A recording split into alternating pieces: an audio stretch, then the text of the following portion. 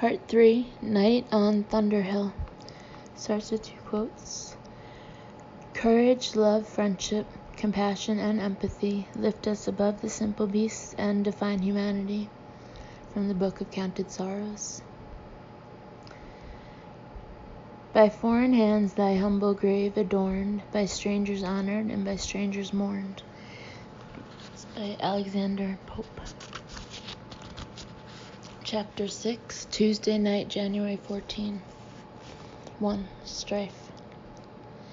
Father Stefan Wykazik flew Delta from Chicago to Salt Lake City, then caught a feeder flight into the Elko County Airport. He landed after snow had begun to fall, but before the rapidly dropping visibility and the oncoming false dusk of the storm had curtailed air traffic. In the small terminal, he went to a public phone, looked up the number of the Tranquility Motel, and dialed it. He got nothing, not even a ring. The line hissed emptily. He tried again with no success. When he sought help from an operator, she was also unable to ring the number. "I'm sorry, sir, there seems to be trouble with the line." Taking that as very bad news, Father Wykazik said, "Trouble? What trouble? What's wrong?"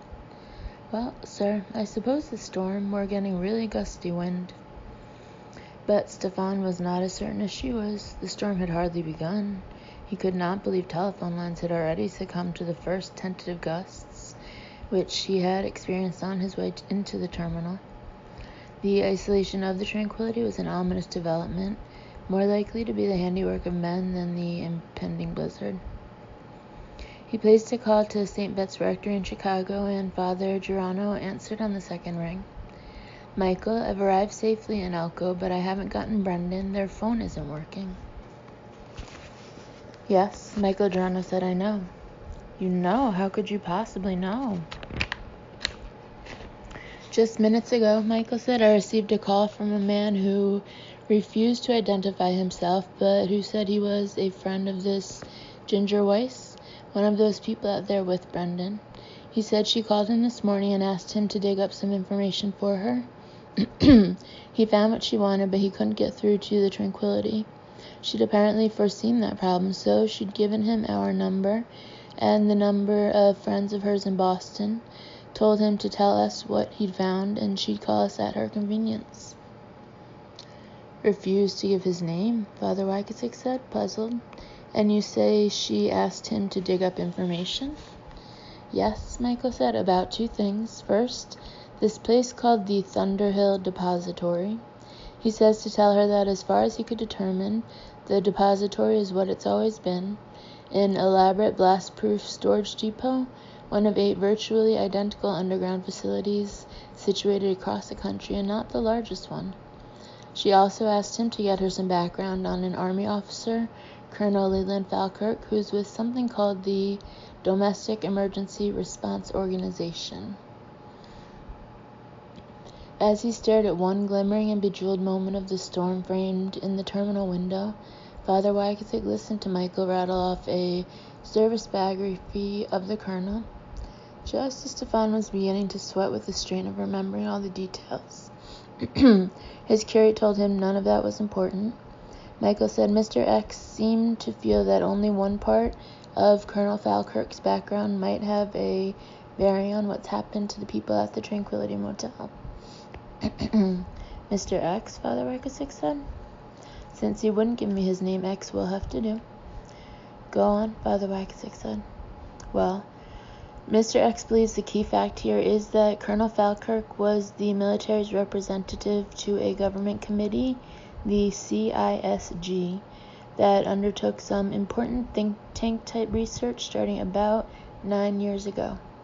The reason Mr. X thinks the key is CISG is because while poking around, he discovered 2 odd things.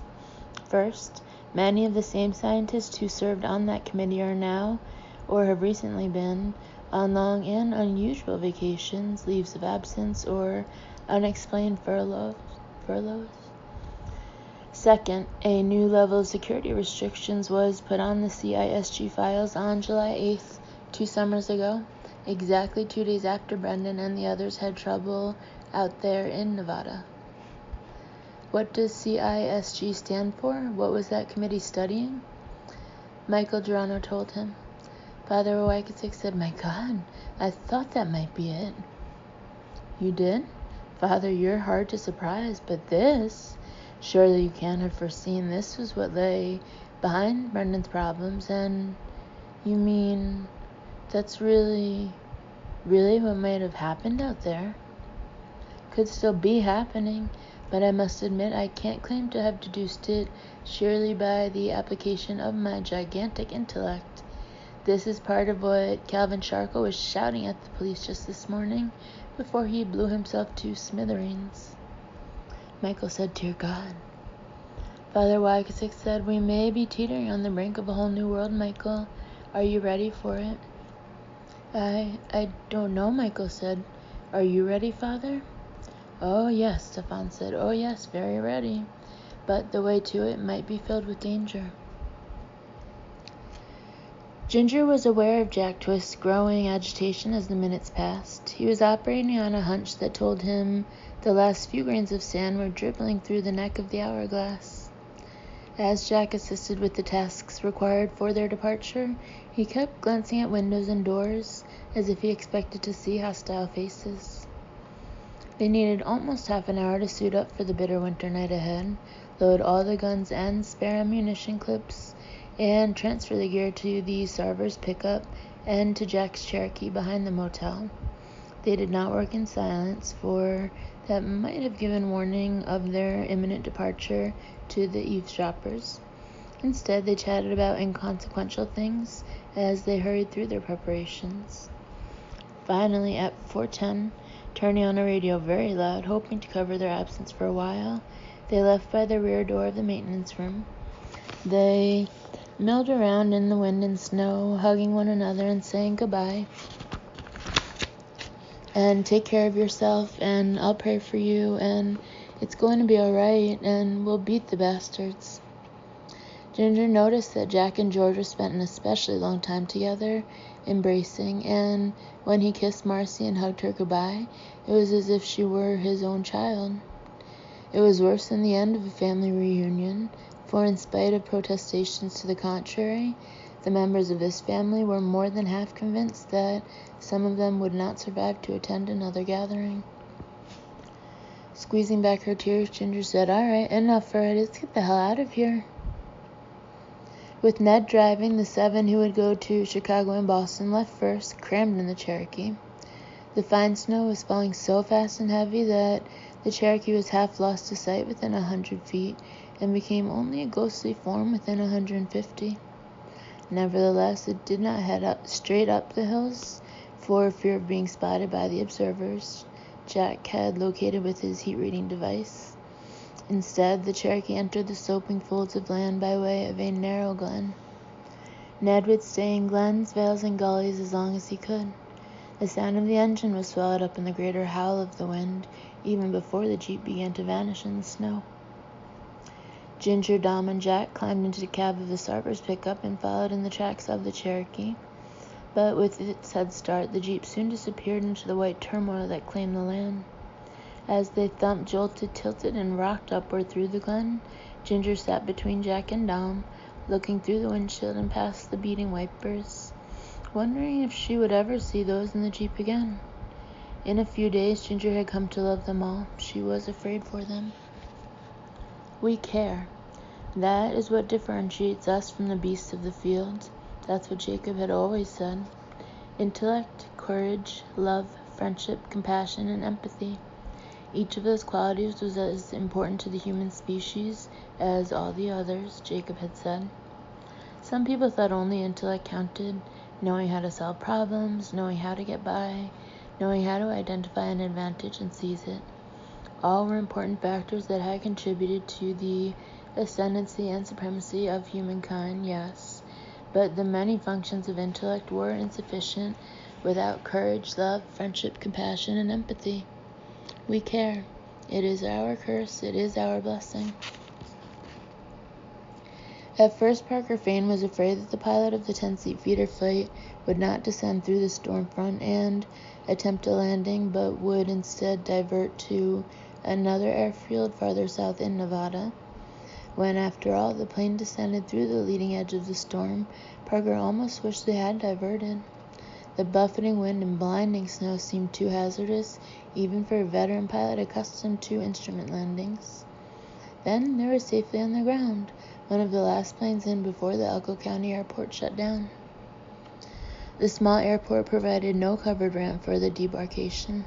Parker hurried across the snow-patched Macadam toward the door of the small terminal, wincing as his bare face was stung by wind-driven snow like thousands of tiny cold needles.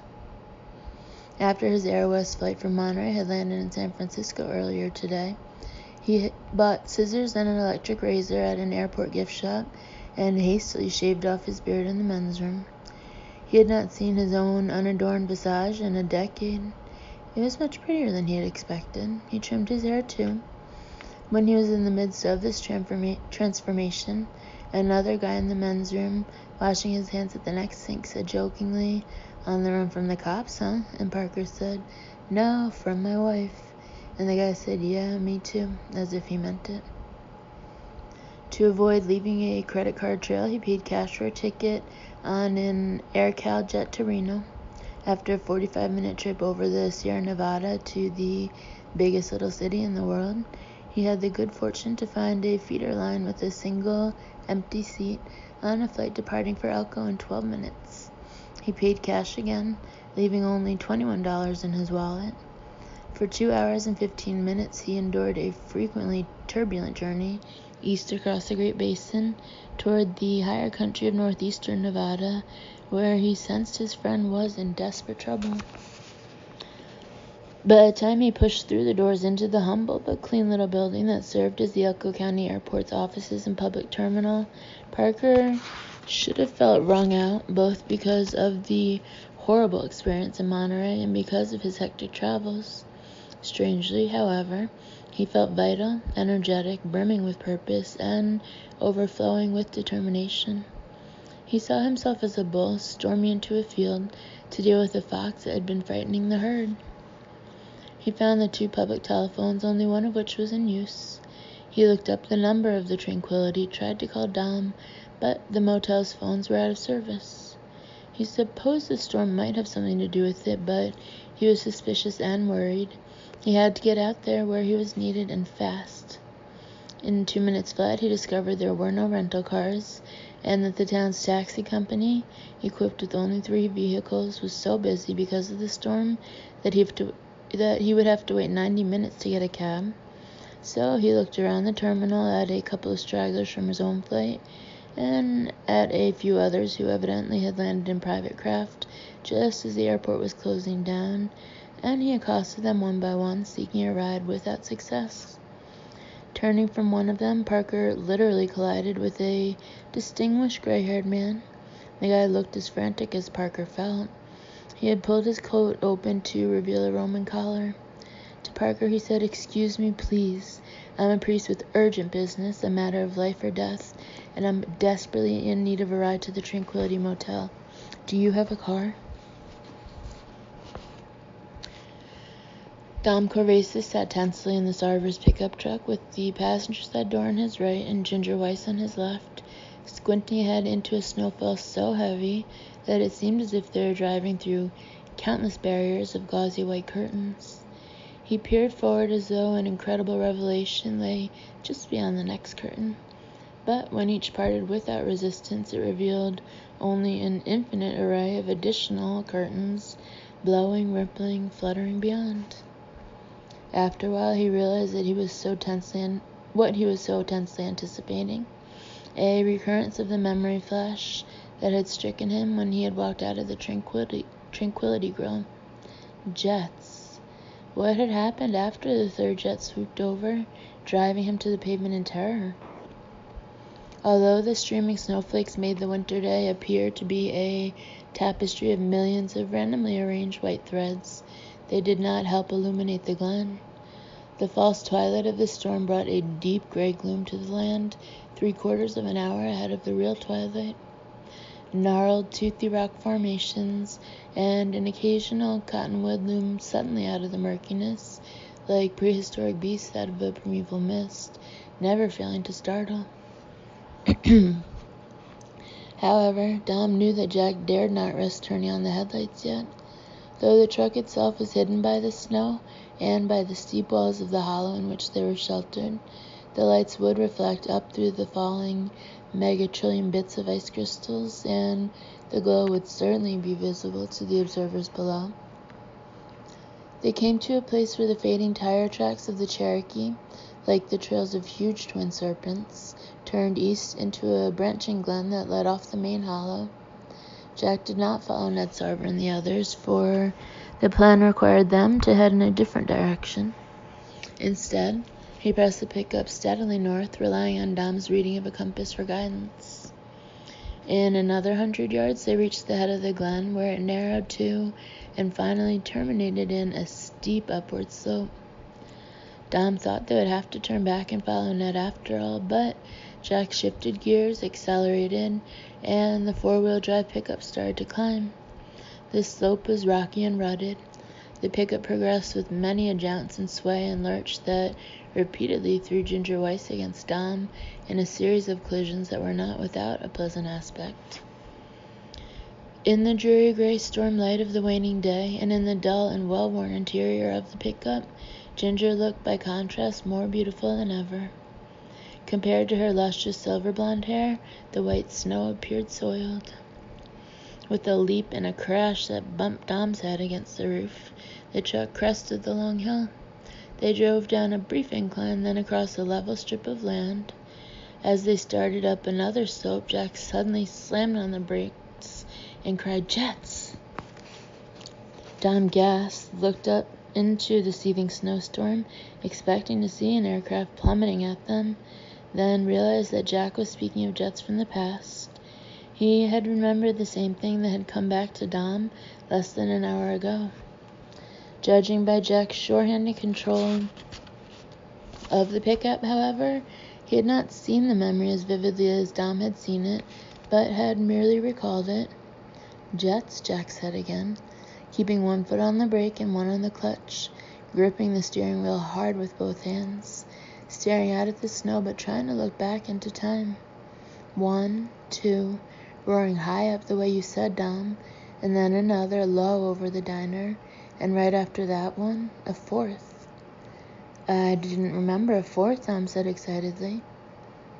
Hunching over the wheel, Jack said, "The fourth jet came just as I rushed out of the motel. I wasn't over there in the diner with you. There was this tremendous shaking and roaring, and I rushed out of my room in time to see the third fighter, an F-16, I think. It virtually exploded out of nowhere, out of the darkness, over the roof of the diner. You're right, its altitude couldn't have been more than 40 or 50 feet. And while I was still taking that in, a fourth came straight over the motel from behind the place, and it was even lower, maybe 10 feet lower than the other one, and the window behind me burst when it passed." "And then?" Ginger asked in a whisper, as if a louder tone would shake the emerging memory back down into Jack's subconscious. Jack said the third and fourth fighters, the low ones, roared down toward the interstate about 20 feet above the goddamn power lines. You could see right into the red-hot intakes of their engines, and they went screaming out over the plains beyond I-80, one of them peeling up and out to the east, the other to the west, both swinging around and coming back. And I started running toward you, toward the group of you who'd come out of the diner over there, because I thought maybe you'd know what was going on." Snow tapped on the windshield. The wind whispered susurrant secrets at the tightly shut windows. At last, Jack Twist said, "That's all. I can't remember any more." "You will," Dom said. "We all will. The blocks are crumbling." Jack slipped the pickup into gear again and started up the next slope, continuing their roundabout trek to Thunder Hill. Colonel Leland Falkirk and Lieutenant Horner, accompanied by 2 heavily armed Darrow corporals, took one of Schenkfield's Jeep Wagoneers to the roadblock at the western end of the quarantine zone. 2 large Army transports had been parked across the wide eastbound lanes of I-80, effectively blocking them. Parentheses, the westbound lanes were blocked on the other side of the Tranquility, 10 miles from this point, close parentheses. Emergency beacons mounted on sawhorses flashed in profusion. Half a dozen Darrow men were in sight, dressed in Arctic issue. 3 of them were leaning down to the open windows of halted automobiles, talking to motorists, courteously explaining the situation. Telling Horner and the 2 corporals to wait in the car, Leland got out and walked to the center of the blockade to have a brief word with Sergeant Vince Badakian, who was in charge of this aspect of the operation. "How's it going so far?" Leland asked. "Good, sir," Badakian said, raising his voice slightly to compete with the wind. "Not too many people on the road. The storm hit to the west of here earlier, so most motorists with any common sense at all stopped earlier at Battle Mountain or even back at Winnemucca until things clear up. And it looks like virtually all the truckers decided to hole up rather than try to make it through to Elko. It'll take us an hour, I bet, before we've got even 200 vehicles in line." They were not turning the motorists back to Battle Mountain. They were telling everyone that the closure was expected to last only an hour and that the wait would not be insufferable. A longer closure would have meant a massive backup, even with the reduction in traffic brought by the storm. To deal with that larger number of inconvenienced travelers and to enforce a longer quarantine, Leland would have had to alert the Nevada State Police and the county sheriff by now, but he did not want to bring the police into it until that was unavoidable, for they would quickly seek confirmation of his authority from higher army officials and would soon learn that he had gone rogue.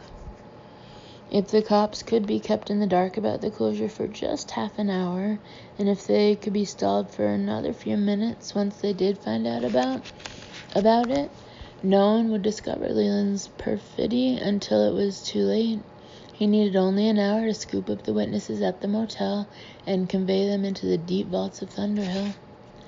"To Badakian," Leland said, "Sergeant, make sure all the motors have sufficient gasoline, and if any of them are running on low tanks, pump them 10 gallons from that emergency supply you brought."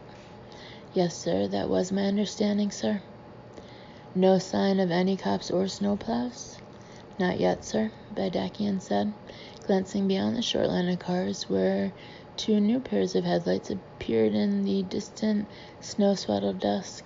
"But we'll see one or the other within 10 minutes. "You know the story to give them?" "Yes, sir. Truck bound for Schenkfield sprung a small leak. It's carrying harmless and toxic fluids, so we don't—" "Colonel!" Lieutenant Horner was hurrying from the wagoneer. He was wearing so many bulky clothes he looked half again as large as usual. "Message from Sergeant Fix at Schenkfield, sir. Something's wrong at the motel. He hasn't heard a voice in 15 minutes, just a radio, playing real loud. He doesn't think anyone's there." "They go back into the damn diner?" "No, sir. Fix thinks they've just gone, sir." "Gone? Gone where?" Leland demanded, neither expecting an answer nor waiting for one. Heart pounding, he ran back to the wagoneer.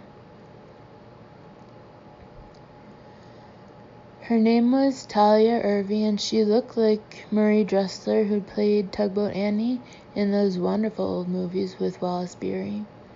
Talia was even larger than Dressler, who'd been far from petite, big bones, broad face, wide mouth, strong chin. But she was the prettiest woman Parker Fane had seen in days, for she not only offered him and Father Wykazik a ride from the airport to the Tranquility, but refused to take any money for it. "Hell, I don't mind," she said, sounding a little like Marie Dressler, too. "I wasn't going anywhere as much special anyway, just home to cook dinner for myself. I'm a flat-out horrible cook, so this'll just put off the punishment for a bit. Fact is, when I think of my meatloaf, I figure maybe you're doing me a big favor."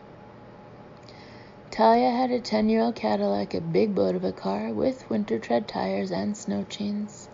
She claimed it would take her anywhere she wanted to go, regardless of the weather, and she called it Old Paint. Parker sat up front with her, and Father Wykazik sat in back. They had gone less than a mile when they heard the emergency radio bulletin about the purported toxic spill and the closure of I-80 west of Elko. "Those metal-headed, fumble-fingered, damn goofballs," Talia said. turning the volume louder, but raising her voice to talk over it. Dangerous stuff like that, you'd think they'd treat it like a load of babies in glass cradles, but this here's twice in 2 years. Neither Parker nor Father Waxy was capable of commenting. They both knew that their worst fears for their friends were now coming true. Talia Irby said, "Well, gentlemen, what do we do now?" Parker said, "Is there any place that rents cars? 4-wheel drive is what we'll need, a Jeep, something like that." "There's a Jeep dealer," Talia said. "Can you take us there?" Parker asked. "Me and old Pink can take you anywhere, even if it starts putting down snowflakes big as dogs." The salesman at the Jeep dealership, Felix Schellenhoff, was far less colorful than Talia Irby. Schellenhoff wore a gray suit, gray tie, and pale gray shirt, and spoke in a gray voice. No, he told Parker, they didn't rent vehicles by the day. Yes, they had many for sale. No, they couldn't complete a deal in just 20 minutes. The salesman said if Parker intended to finance, that would take until tomorrow. Even a check would not clinch the deal quickly because Parker was from out of state. "No checks," Parker said. Schellenhoff raised gray eyebrows at the prospect of cash. Parker said, "I'll put it on my American Express Gold card," and Schellenhoff looked greatly amused. "They took American Express," he said, "but in payment for accessories repairs. No one had ever bought an entire vehicle with plastic," Parker said. "There's no purchase limit on the card. Listen, I was in Paris, saw a gorgeous Dali oil in a gallery, $30,000, and they took my American Express." With deliberate, plotting diplomacy, Schellenhoff began to turn them away. "For the love of God, man, move your tired butt," Father Wyckowick roared, slamming one fist into the top of Schellenhoff's desk. He was flushed from his hairline to his backwards collar. "This is a matter of life or death for us. Call American Express." He raised his hand high, and the salesman's shocked gray eyes followed its swift upward arc.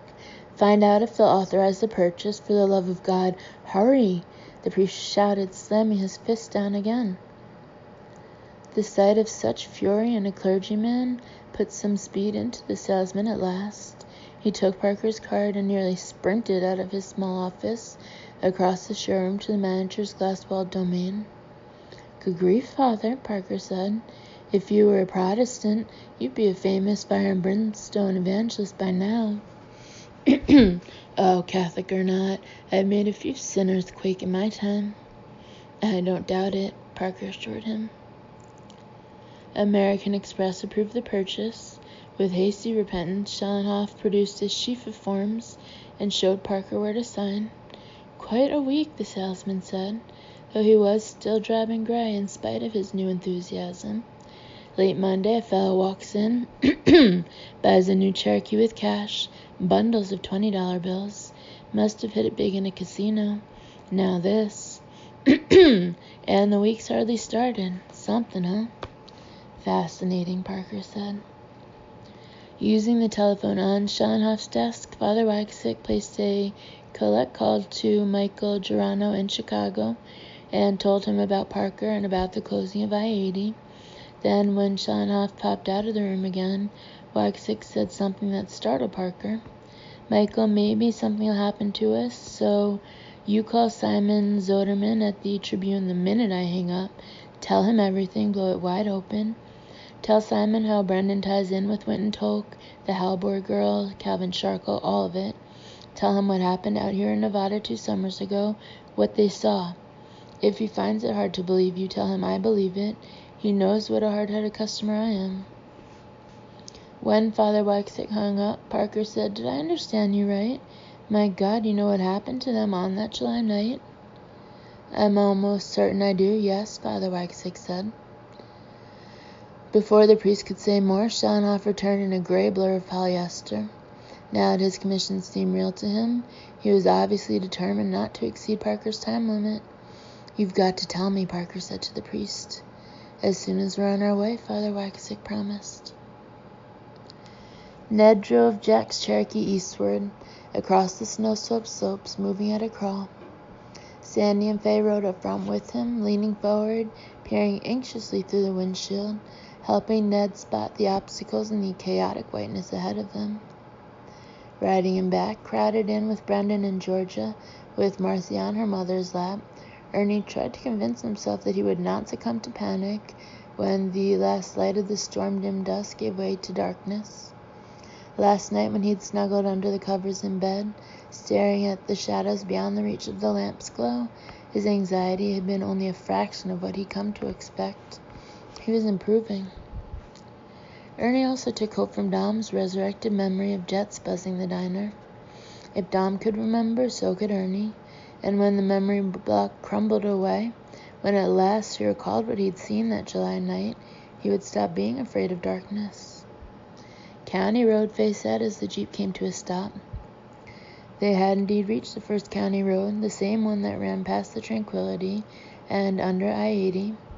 The motel lay about 2 miles south, and Thunderhill lay 8 miles north along that ribbon of blacktop.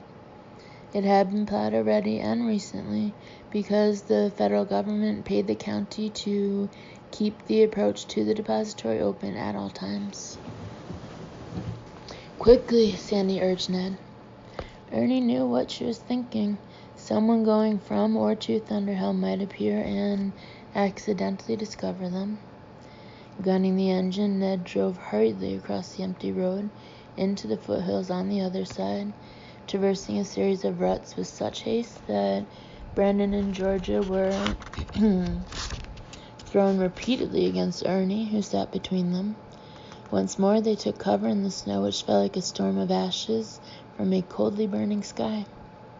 Another north-south county artery, Vista Valley Road, lay 6 miles east, and that was where they were headed. Once there, they would turn south and go to a third county road that paralleled I-80, and that would carry them into Elko. Ernie suddenly realized twilight was falling to the shadow armies of the night. Darkness had nearly stolen up on them. It was standing just a little way off, not in distance, but in time, only a few minutes away. But he could see it watching them from billions of peepholes, between billions of whirling snowflakes, creeping closer each time he blinked, soon to leap through the curtains of snow and seize him. No, there were too many other things worth fearing to waste energy on a nonsensical phobia. Even with a compass, they could get lost at night in this shrieking maelstrom. With visibility reduced to a few yards, they might drive off the edge of a ridge crest or into a rocky chasm, unaware of the hole until it swallowed them. Driving blindly to their own destruction was such a real threat that Ned could make no speed, but could only nurse the Cherokee forward at a cautious crawl. "I fear what's worth fearing," Ernie told himself adamantly. "I don't fear you, darkness." Faye looked over her shoulder from the front seat. He smiled and made an okay sign, only slightly shaky, with thumb and forefinger.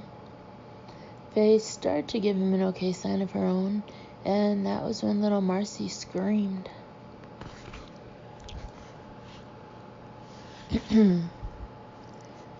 In his office along the wall of the hub, deep inside Thunderhill, Dr. Miles Bennell sat in darkness, thinking, worrying. The only light was the wan glow at 2 windows that faced into the central cavern of the depository's second level, illumination insufficient to reveal any details of the room. On the desk in front of him lay 6 sheets of paper. He'd read them 20 or 30 times during the past 15 months. He did not need to read them again tonight to recall, word for word, what was typed on them. It was an illegally obtained printout of Leland Falkirk's psychological profile, stolen from the computer-stored personnel records of the elite domestic emergency response organization. Miles Bennell, Ph.D. in biology and chemistry, dabbler in physics and anthropology, musician proficient on the guitar and piano, author of books as diverse as a text on neurohistology and a scholarly study of the works of John D. MacDonald, connoisseur of fine wine, aficionado of Clint Eastwood movies, the nearest thing to a late 20th century Renaissance man, was, among other things, a computer hacker of formidable skill.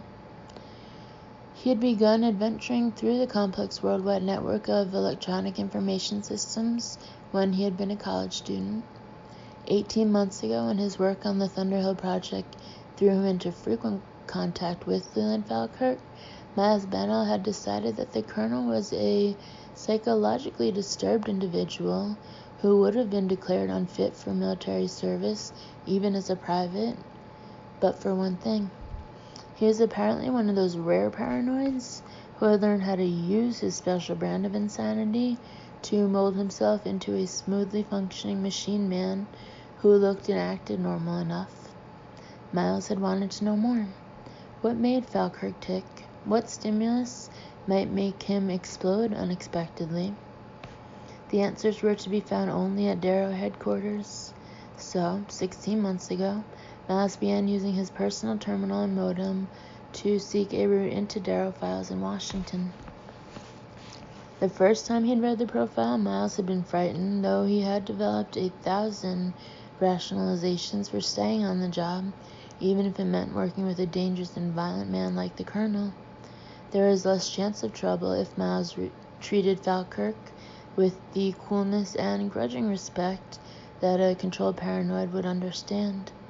You dared not be buddy-buddy with such a man, or flatter him, for he would assume you were hiding something. Polite disdain was the best attitude. But now Miles was totally in Falkirk's power, sealed beneath the earth, to be judged and sentenced according to the colonel's warped view of guilt and innocence. He was scared sick. The army psychologist who had written the profile was neither very well educated, as psychologists went, nor too perceptive. Nevertheless, though he had proclaimed the colonel more than fit enough for the elite Darrow companies, he had noted peculiarities of the man's personality that made his report disturbing reading for Miles, who could read not only what was on the paper, but what lay hidden between the lines. First, Leland Falkirk feared and despised all religion. Because love of God and country were prized in military careermen, Falkirk tried to conceal his anti-religious sentiments. Evidently, these attitudes sprang from a difficult childhood in a family of fanatics. Miles Bennell decided that this fault in Falkirk was especially troublesome because the current undertaking in which he and the colonel were involved had a multiplicity of mystical connotations. Aspects of it had undeniable religious overtones and associations that were certain to trigger intense negative reactions in the colonel. Second, Leland Falkirk was obsessed with control. He needed to dominate every aspect of his environment and everyone he encountered. This urgent need to control the external world was a reflection of his constant internal struggle to control his own rages and paranoid fears. Miles Bennell shuddered when he thought of the terrible strain this current assignment had put on the colonel, for the thing being hidden here in Thunderhill could not be controlled forever, which was a realization that might lead Falkirk to a harmless breakdown or to an explosion of psychotic anger. Third, Leland Falkirk suffered a mild but persistent claustrophobia that was strongest in subterranean places. This fear might have arisen in his childhood as a result of his parents' unrelenting assertion that he would one day wind up in hell. Falkirk, uncomfortable when underground, would be automatically suspicious of everyone in a place like Thunderhill. In retrospect, it was frighteningly obvious that the colonel's growing paranoid suspicion of everyone on the project had been inevitable from the first day. Fourth, and worse, Leland Falkirk was a controlled masochist. He subjected himself to tests of physical stamina and resistance to pain, pretending these ordeals were necessary to maintain the high level of fitness and superb reflexes required of a Darrow officer. His dirty little secret, hidden even from himself, was that he enjoyed the suffering. Miles Bennell was more disturbed by that aspect of Falkirk's character than by anything else in the profile. Because the colonel liked pain, he would not mind suffering along with everyone in Thunderhill if he decided their suffering was necessary to cleanse the world. He might actually enjoy the prospect of death.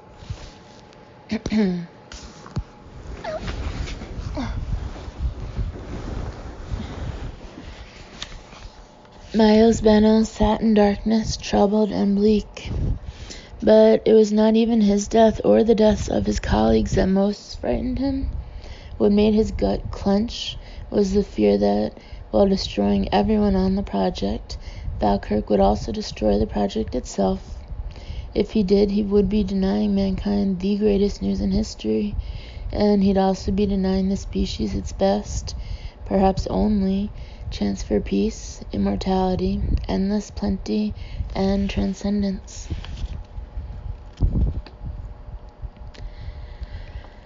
Leland Falkirk stood in the box kitchen looking down at the album that lay on the table. When he opened it, he saw photographs and drawings of the moon, all colored red. Outside, searching the property end to end, a dozen Darrow troops shouted to one another, voices garbled and muffled by the raging wind.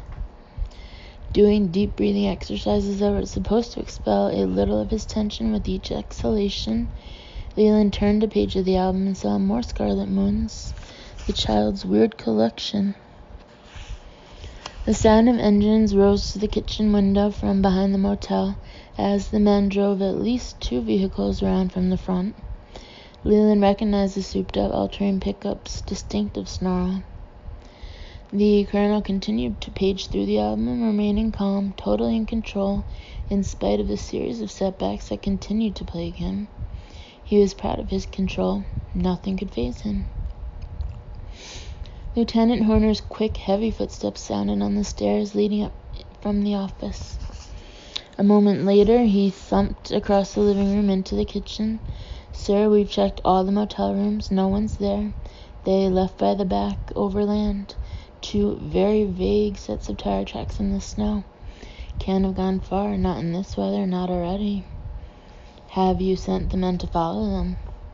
"No, sir, but I had them pull the pickup and a wagoneer around back. They're ready to go." "Move them out," Leland said in a soft, measured tone. "Don't worry, sir, we'll get our hands on them." "I'm sure we will," Leland said, totally in control of himself, showing a firm and steady sense of command to his lieutenant. Horner turned and started to leave, and Leland said, "As soon as you've sent the men off, meet me downstairs with a county map. They'll intend to connect with a county or state road somewhere. We'll anticipate their next move and be waiting for them." "Yes, sir," Horner said. Alone, Leland calmly turned a page of the album, Red Moons. Horner's crashing footsteps reached the bottom of the stairs. Then the front door slammed shut behind him, reverberating through the walls. Calmly, so calmly, Leland turned a page in the album, and another. Outside, Horner was shouting orders to the men. Leland turned a page, another. Red moons. Outside, engines revved. 8 men and 2 parties of 4 moved out on the trail of the escaped witnesses. Leland calmly turned 2, 3, 6 pages, saw red moons and more red moons, and calmly picked up the album and threw it across the room. The book slammed into the cupboards, bounced off the refrigerator, fell. A score of scarlet moons flew free and fluttered briefly. On a counter, Leland saw a ceramic jar, a smiling bear sitting with 4 paws clasped over his tummy. He scooped it up, threw it to the floor where it exploded in 100 fragments. Broken chocolate chip cookies landed atop the album and crumbled across the scattered red moons. He swept a radio off the counter onto the floor, a canister of sugar, flour. He pitched a bread box against the wall and threw a Mr. Coffee machine at the oven. He stood for a moment, breathing deeply, evenly. Then he turned and walked calmly out of the kitchen, went calmly down the stairs to the office, to calmly study the county map and calmly assess the situation with his lieutenant. "The moon!" Marcy cried. and screamed shrilly again, "Mommy, look, look, the moon!" "Why, Mommy, why?" "Look, the moon!" The girl suddenly tried to pull loose of her mother, wrenched and flailed. Georgia strove to hold on to her, but was unsuccessful. Startled by the screams, Ned had halted the jeep. Screaming again, Marcy tore loose of her mother, scrambled across Ernie with no particular destination, as far as Ernie could determine, with no intention but to escape from whatever she had seen in memory. She was apparently not aware that she was in the Cherokee, but believed herself to be in another place altogether, a scary place. Ernie grabbed her before she could scrabble and kick her way into Brendan's lap. He held the small child tightly in his big arms, held her against his chest, and as she continued to scream, he cooed soothingly to her. Gradually, Marcy's terror subsided. She stopped struggling and went limp in his arms. She stopped screaming, too, and merely chanted softly, "Moon, the moon, moon," and quietly but with terrible dread, "Don't let it get me, don't let it, don't let it." "Be still, honey," Ernie said, patting her, stroking her hair. "Be still, you're safe. I won't let it get you." "She remembered something," Brendan said as Nev drove forward again. A crack opened for just a moment. "What did you see, baby?" Georgia asked her daughter. The girl had slipped back into her deep catatonic glaze, unhearing, unheeding, except that after a while, Ernie felt her arms tighten around him in a hug. He hugged her in return. She said nothing. She was still not really with them, adrift on a dark inner sea. Evidently, however, she felt safe in Ernie's bearish embrace, and she held fast to him as the Cherokee rocked and lurched through the snowy night. After months of living in fear of every shadow, after regarding each oncoming twilight with despair and horror, Ernie felt indescribably good, delighted that someone needed his strength.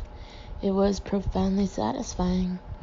And as he held her and murmured to her and stroked her thick black hair, he was oblivious of the fact that night now surrounded the Cherokee and pressed its face to the windows.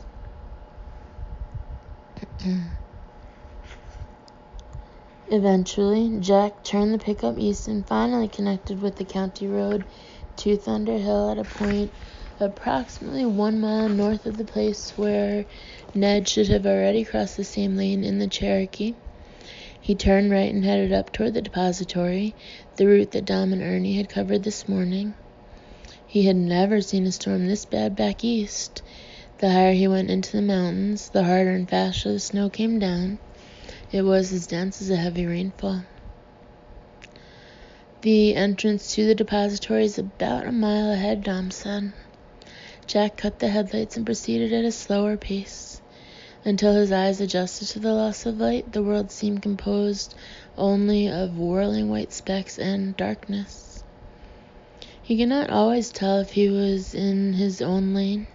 He expected another vehicle to hurtle out of the night and ram him head-on. Evidently Ginger had the same thought, for she shrank down in her seat as if for protection in a crash. She nervously bit her lower lip. "Those lights ahead," Dom said, "the entrance to the depository." 2 mercury vapor lamps blazed on poles flanking the electric gate. A warmer amber glow shone in the 2 narrow windows of the guardhouse. Even with those lights, Jack could see only a vague outline of the small building on the far side of the fence, for the falling snow masked all details. He felt confident that with no headlights, the pickup would be invisible to any guard who might happen to look out a window as the truck drifted past on the county lane. Their engine noise would be swallowed by the wind. They rolled slowly up the steep slope, deeper into the night and mountains. The windshield wipers were doing a poor job by the moment, for snow had clogged the blades and turned to ice. When they had gone a mile past the entrance to Thunder Hill, Ginger said, "Maybe we could turn the lights on now." Hunching over the wheel, squinting into the gloom ahead, Jack said, "No, we'll go in darkness all the way."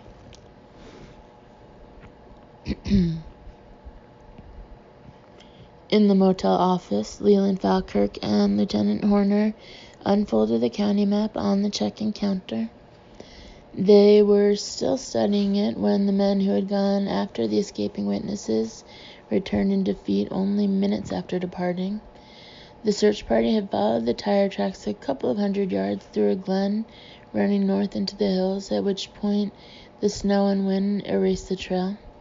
However, there was some evidence that at least one vehicle had turned into another hollow leading east, and since there seemed no reason for the witnesses to split up, it was assumed both the Sarver's pickup and the Cherokee were now headed in that general direction. Returning his attention to the map, Leland said, "It makes sense they wouldn't go west. Nothing's out there until Battle Mountain, 40 miles away. Then Winnemucca over 50 miles farther.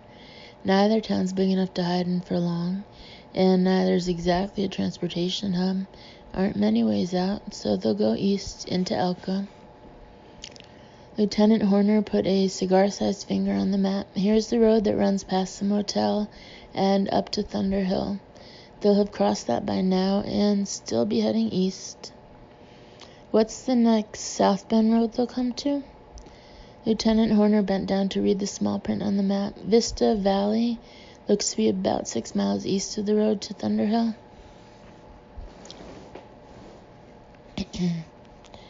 A knock sounded, and Miles Bennell said, "Comin'." General Robert Alvarado, CO of Thunder Hill, opened the door and entered the dark office in a swath of silvery light that came with him from the hub and coated a portion of the room in an imitation of frost. He said, "Sitting alone in the dark, huh? Just imagine how suspicious that would seem to Colonel Falkirk." "He's a madman, Bob." "Not long ago," Bob Alvarado said, "I'd have argued that he was a fairly good officer, though a bit too by the book and much too gung-ho. But tonight I have to agree with you. The man's only got one oar in the water, maybe no oars. I just got a request from him a few minutes ago by telephone. Supposed to be a request, but it was phrased like an order. He wants the entire staff, all military men and all civilians, to report to their quarters and stay there until further notice. You'll hear my order on the public address system in a couple minutes." "But why does he want that?" Miles asked. Alvarado sat in a chair near the open door, the frosty swath of light falling across his feet and up to the middle of his chest, leaving his face in darkness. "Falkirk's bringing in the witnesses and doesn't want them to be seen by any of our people who don't already know about them, or that's what he claims is behind the request." Astonished, Miles said, "But if the time's come to put them through another memory scrub, it's better to keep them at the motel. Though as far as I know, he's not called in the damn brainfuckers." "He hasn't," Bob Alvarado confirmed. "He says the cover-up might not be continued. He wants you to study the witnesses, especially Cronin and Corvasis. He says maybe he's right, maybe they're not human anymore, but he says he's been thinking over his conversation with you, wondering if maybe you could be right, and maybe he's too paranoid about this. He says if you decide they're fully human, if you determine that their gifts are not evidence of an inhuman presence within them, he'll accept your word, he'll spare them. Then, so he says, he might decide against another brainwashing session, and even recommend to his superiors that the whole story be revealed to the public." Miles was silent a moment, then he shifted in his chair more uneasy than ever. "It sounds as if he's finally got some common sense. Why do I find that so hard to believe? Do you think it's true?" Alvarado reached out from his chair, pushed the door shut, plunging the room into darkness. Sensing Miles reaching for the lamp switch, he said, "Let's keep it this way, huh? Maybe it's a little easier to be frank with each other when we can't see faces." Miles settled back in his chair, leaving the lamp unlit, and Alvarado said, "Tell me, Miles, was it you who sent the photographs to Corvasis and the blocks?" Miles said nothing. "We're friends, you and I," Alvarado said. "At least I've felt we are. I never met another guy I could enjoy playing both chess and poker with.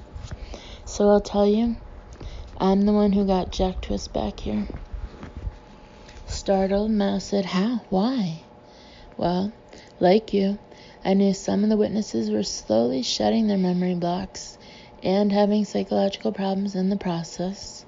So before anyone could decide to wipe them again one by one, I figured to do something to focus their attention on the motel.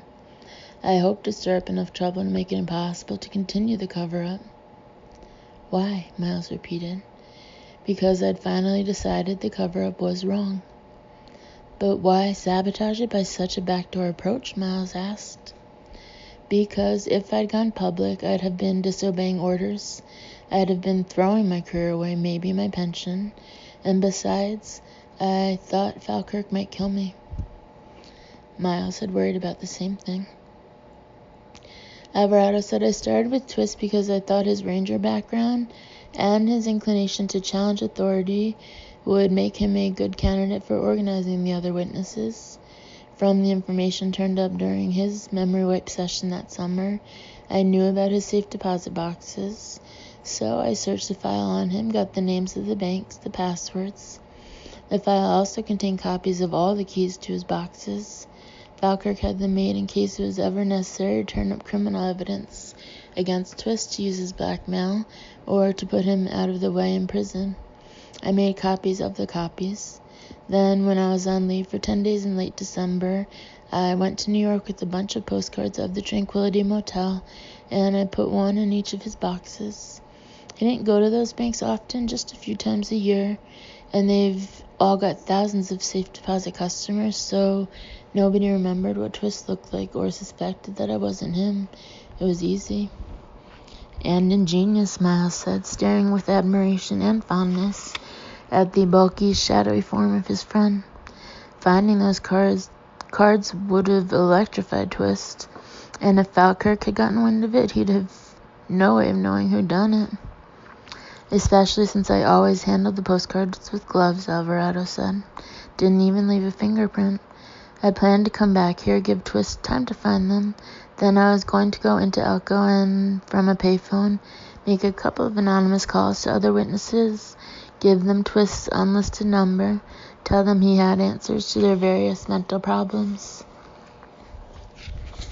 That would have set the ball rolling pretty well, but before it got that far, someone else had sent notes and Polaroids to Corvasis, more Polaroids to the blocks, and a new crisis was already underway.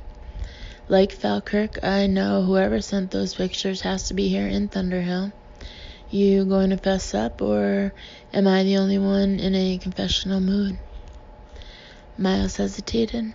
His glance fell upon the vague grayness of the report on his desk. Falkirk's psychological profile. He shuddered and said, "Yeah, Bob, I sent the pictures. Great minds think alike, huh?" From his own pocket of darkness, Alvarado said, "I told you why I picked Twist, and I can figure why you'd want to stir up the block since they're local and sort of at the center of everything. But why'd you pick Corvasis instead of one of the others?" "He's a writer, which means a vivid imagination.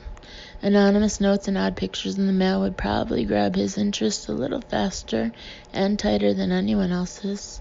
And his first novel has had tremendous pre-publication publicity, so if he dug up some of the truth, reporters might be more likely to listen to him than to the others."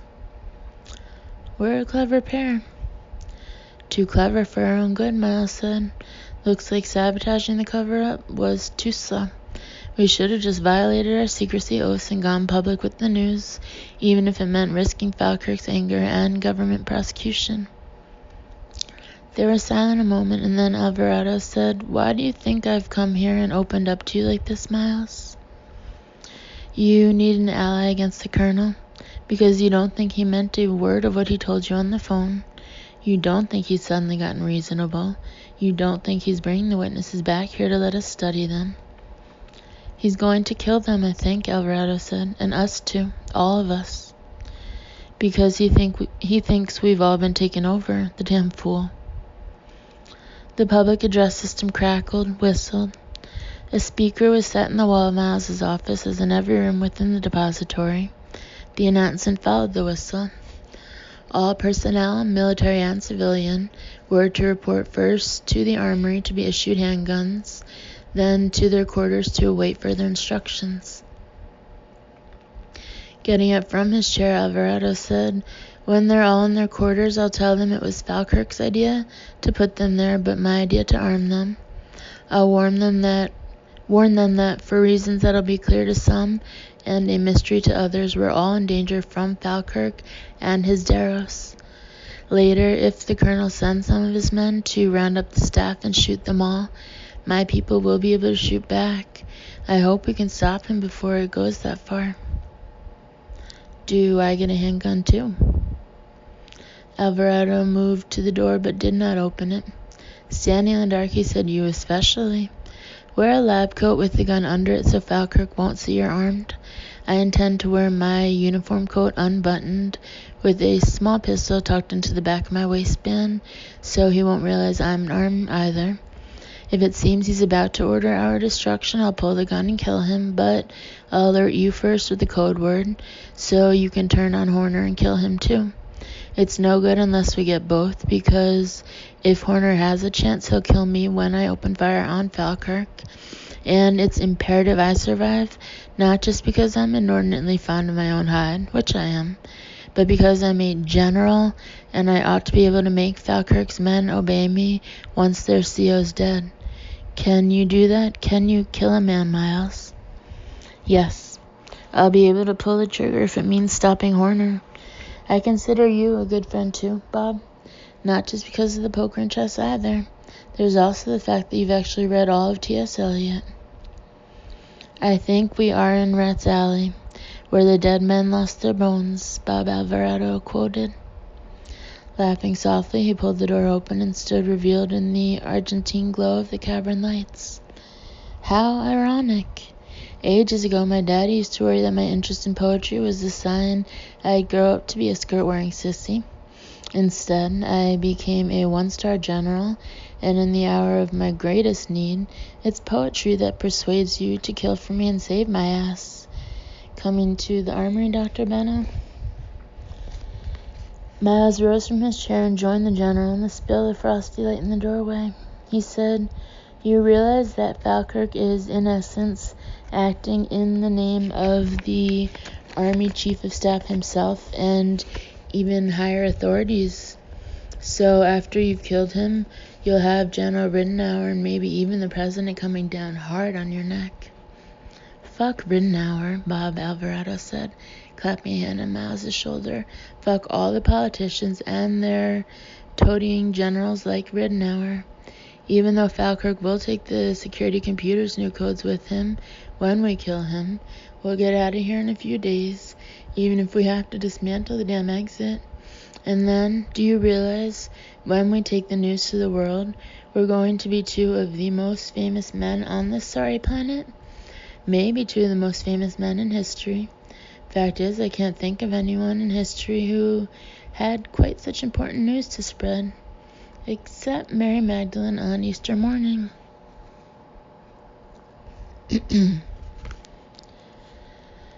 Father Stefan Wyckowick drove the Cherokee because he had experience with four-wheel drive vehicles from his service with Father Bill Nader in Vietnam. Of course, those adventures had been laid in swamp and jungle, not in a blizzard.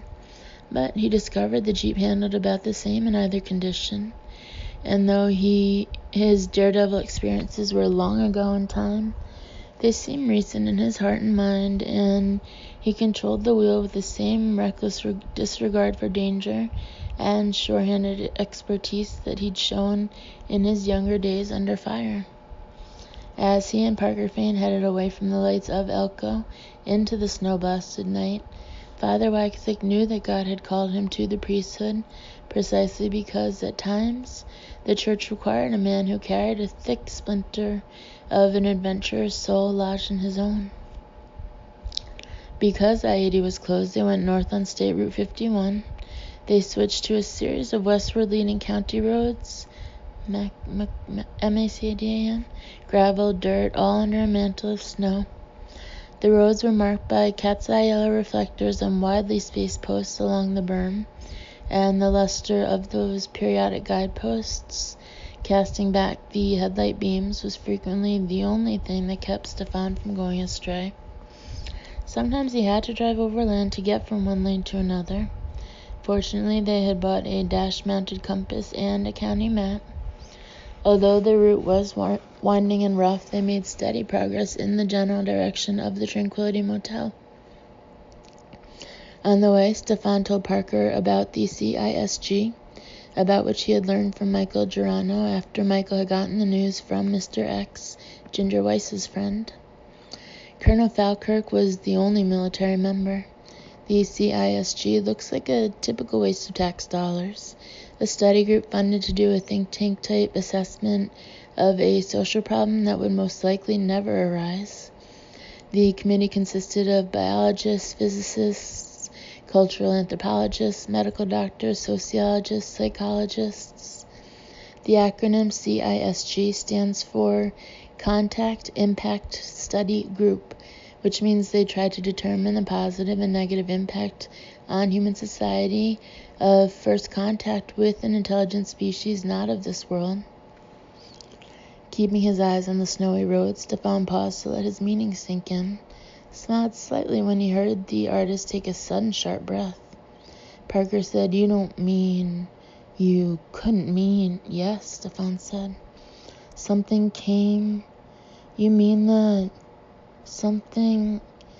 For the first time in Stefan Wykesik's acquaintance, Parker Fane was speechless. "Yes," Stefan said. Although this amazing development was no longer news to him, he still shivered at the thought of it, and he appreciated what Parker was feeling. Something came down that night. Something came down from the sky on July 6th. "Jesus!" Parker exclaimed. Sorry, Father. Didn't mean to be blasphemous. Came down. Holy shit. Sorry, really, but Jesus." Following cat's eye reflectors along an especially twisty gravel road that hugged the lower contours of folded and refolded hills, Father Wykesik said, "Under the circumstances, I don't think God's grading you on verbal restraint." The CISG's primary purpose was to arrive at a consensus of how human cultures and human beings themselves would be affected by face-to-face contact with extraterrestrials. "But that's an easy question to answer. What a joyous, wondrous thing to discover we're not alone," Parker said. "You and I know how people would react. Look how they've been fascinated by movies about other worlds and aliens for decades now." "Yes," Stefan said, "but there's a difference how they react to fictional contact and how they might react to the reality. At least that's the opinion of many scientists, especially in the soft sciences like sociology and psychology.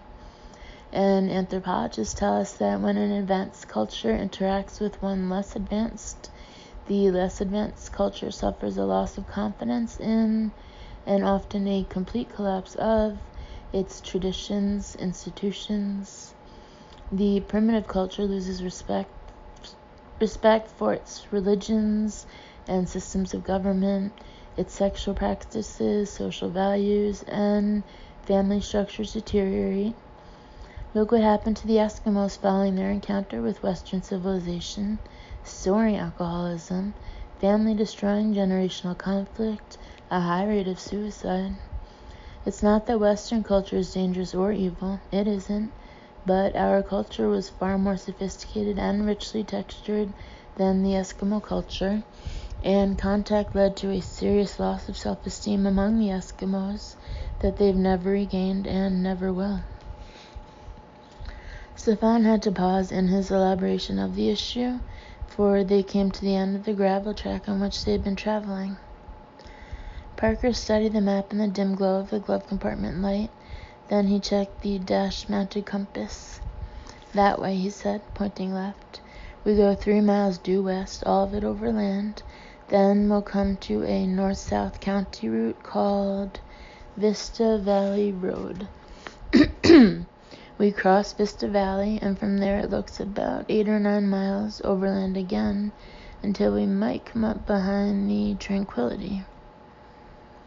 You keep checking the compass, make sure I stay pointed west." Stefan drove the Cherokee into the snow-shrouded nightscape ahead. Parker said.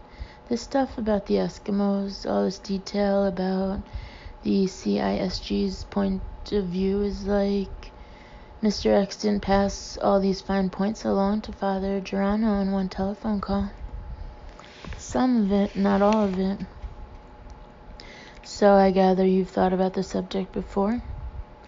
Not about extraterrestrial contact, no, Father Waxick said, but part of Jesuit education involves a hard look at both the good and bad results of the Church's efforts to spread the faith to backward cultures throughout history. The general feeling is we did a disturbing amount of damage even as we brought enlightenment. Anyway, we study a lot of anthropology, so I can understand the concern of the CISG. You're drifting north, angle left as soon as Lynn will let you, Parker said, checking the compass. Listen, I'm still not sure I understand the CISG's concern. Consider the American Indian. Ultimately, the white man's guns didn't destroy them. The clash of cultures did them in. The influx of new ideas forced the Indians to view their comparatively primitive societies from a different perspective, resulting in a loss of esteem, a loss of cultural validity and direction.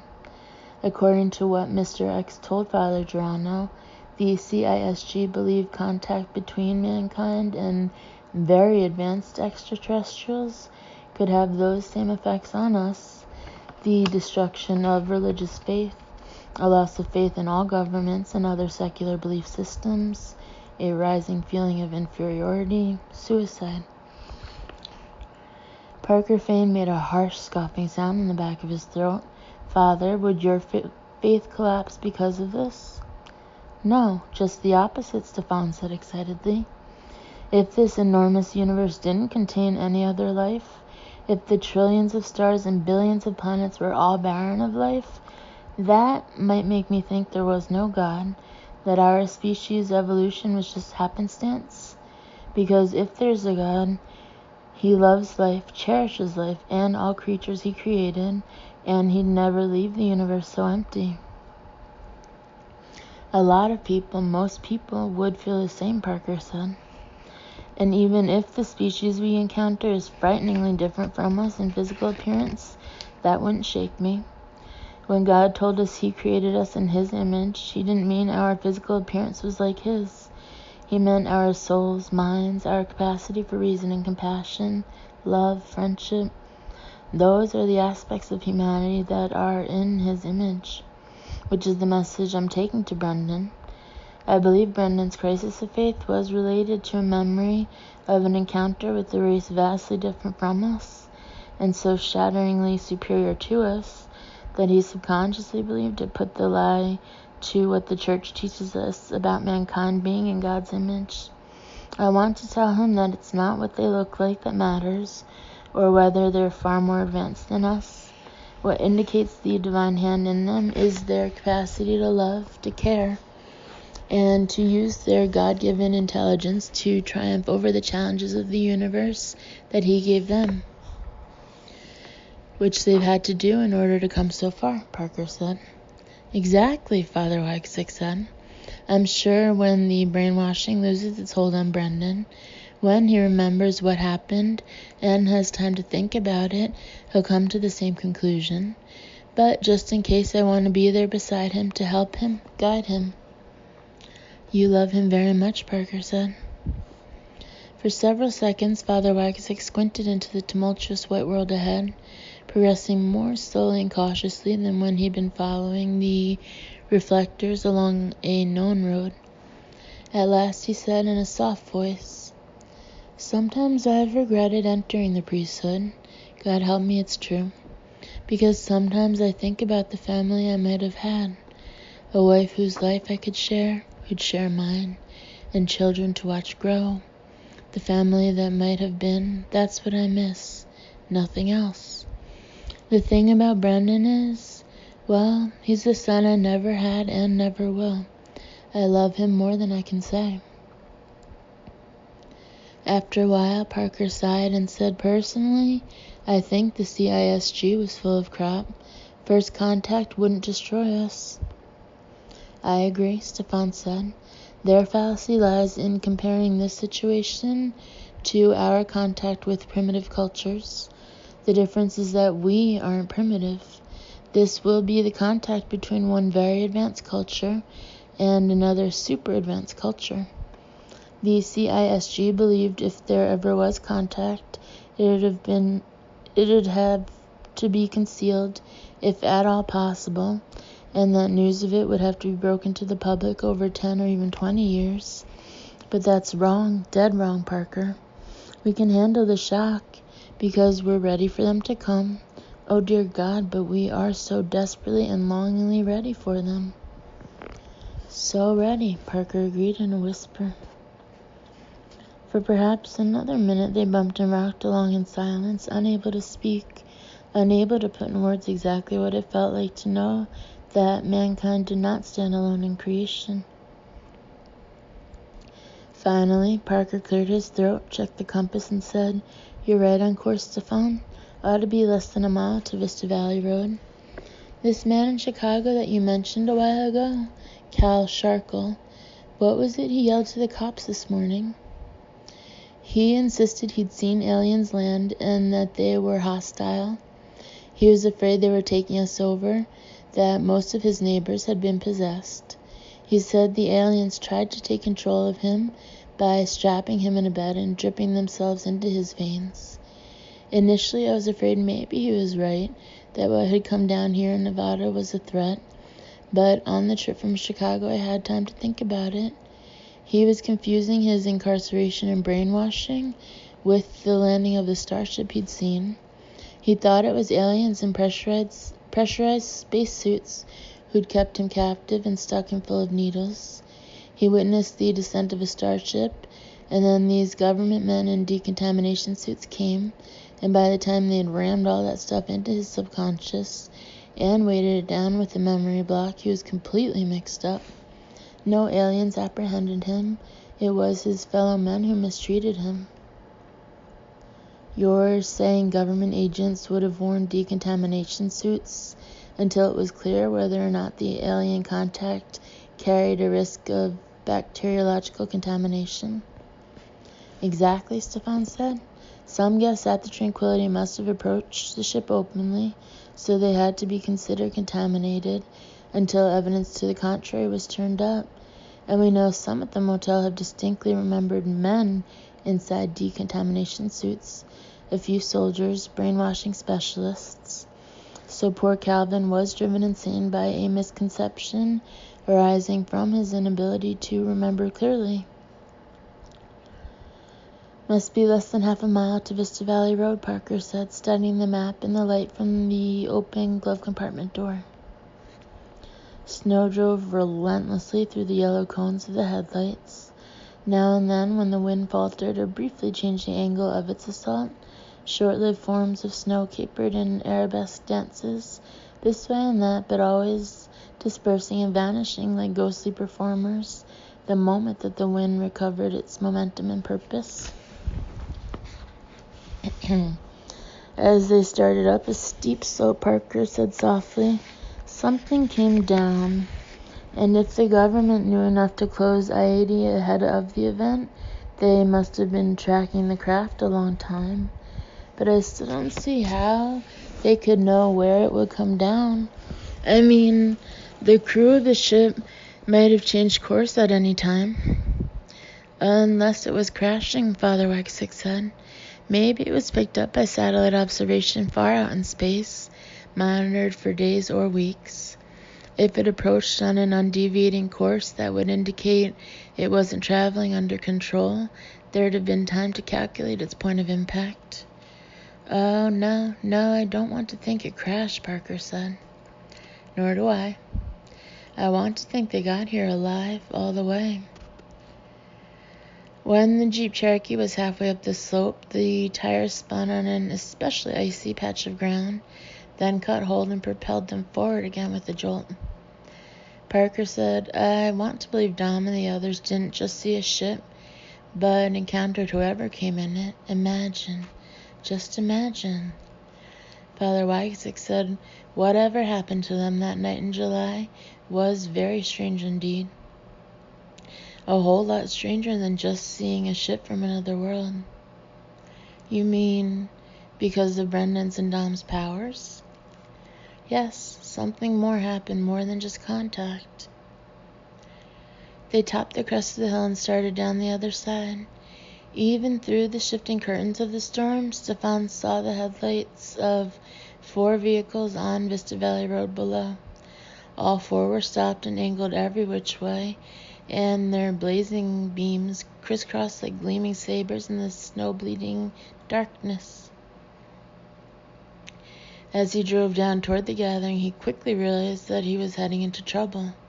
Machine guns, Parker said. Stefan saw that 2 of the men below were holding submachine guns on a group of 7 people, 6 adults and 1 child, who were lined up against the side of a Cherokee that was different only in color from the one Parker had just bought. 8 or 10 other men were standing around, a substantial force, obviously military, because they were all dressed in the same Arctic issue uniforms. Stefan had no doubt that these were some of the same forces involved in the closure of I-80 both tonight and 18 months ago. They had turned toward him and were staring uphill, surprised at being interrupted. He wanted to swing the Jeep around, gun the engine, and flee, but although he slowed down, he knew there was no point in running.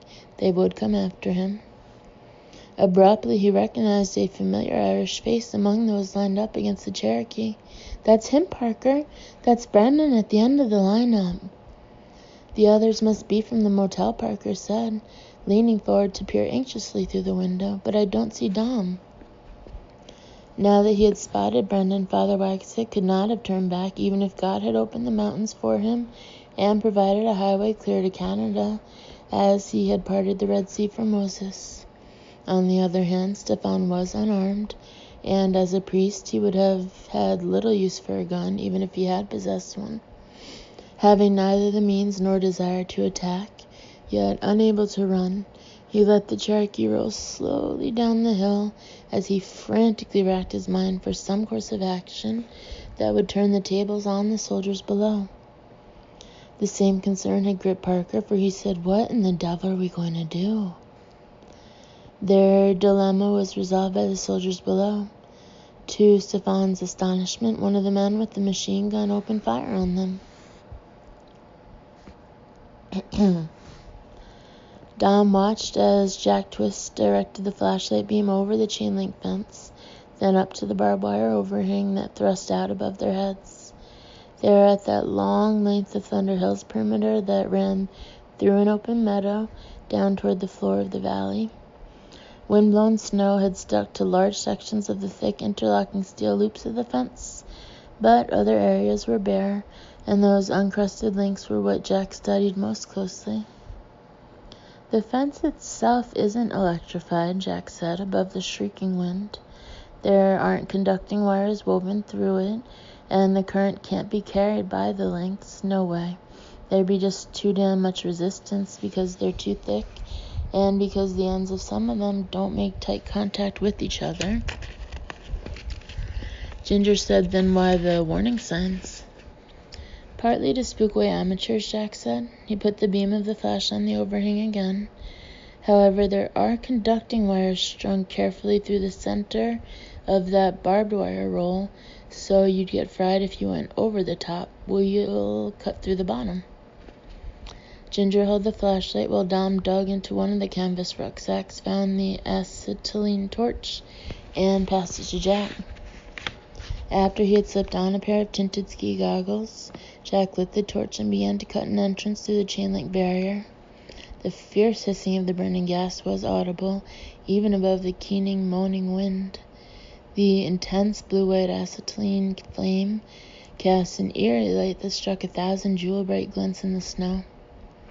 They were not at a position where they risked being seen from the main entrance of the depository, which lay over the brow of a hill that sloped up from the other side of the fence. However, Dom was sure the weird acetylene light reached high enough into the night to be spotted from the other side of that rise. If seen, it would draw guards this way. But if Jack was right, if the depository security was largely electronic, there would not be guards prowling the grounds tonight. And in this weather, surveillance by video cameras was pretty much ruled out too, for their lenses would be iced over or packed with snow. Of course, though they wanted to get inside the depository and have a quick look around, it would not be a tragedy if they were apprehended here. After all, being taken into custody was part of Jack's plan for focusing attention on Thunder Hill. Dom, Ginger, and Jack were not armed. All the weapons had been for the others in the Cherokee, because their escape was essential. If they were stopped, all was lost. Dom hoped they wouldn't need their guns and that they were already safely in Elko. As Jack cut a crawl-through opening in the fence, the Eldritch lighted the acetylene torch increasingly captivated Dom and suddenly made a connection with the past, hurtling him back once more in memory. The third jet roared over the roof of the diner, so low that he threw himself flat in the parking lot, certain the airplane was crashing on top of him, but it swooped past, leaving shattered air and a blast of engine heat in its wake. He started to get up, and a fourth jet boomed over the roof of the motel, a huge, half-glimpsed, shadowy shape, its running lights carving red and white wounds through the night as it thundered south and angled east, out across the barrens beyond I-80, where the third jet had gone, and now the first two craft, which had passed over at a greater altitude, were far out there, swinging back, one to the east and one to the west. Yet still the earth shook, and the night was filled with a great rumble, like an ongoing and never-ending explosion, and he thought there must be more jets coming, even though the queer electronic oscillation that had throbbed under the roar was now getting louder and shriller and stranger, and was unlike anything jets would produce. He shoved up onto his feet and turned, and there was Ginger, Weiss, and Georgia, and Marcy, and there was Jack running over from the motel, and Ernie and Faye coming out from the office, and others, all the others, Ned and Sandy. The rumble was now like the crash of Niagara Falls, combined with the bass throb pounding of 1,000 timpani. The ululent electronic whistle made him feel as if the top of his head was going to be sliced off by a bandsaw. There was frost silver light of a peculiar kind. He looked up, away from the jets that had gone past, over the roof of the diner, looked up toward the light. He pointed and said, "The moon, the moon." Others looked where he pointed. He was filled with a sudden terror, and he cried, "The moon, the moon," and staggered back several steps in surprise and fear. Someone screamed. "The moon," he gasped. He was down in the snow, driven to his knees by the shock of the memory flash, and Ginger was kneeling in front of him, holding him by the shoulders. Dom, are you okay?" "Remembered," he said numbly, as the wind rushed between their faces and tore their smoking breath out of their mouths. "Something, the moon, but I didn't quite get enough." Beyond them, having cut a crawl-through in the chain-link fence, Jack switched off the acetylene torch. The darkness folded around them again like the wings of a great bat.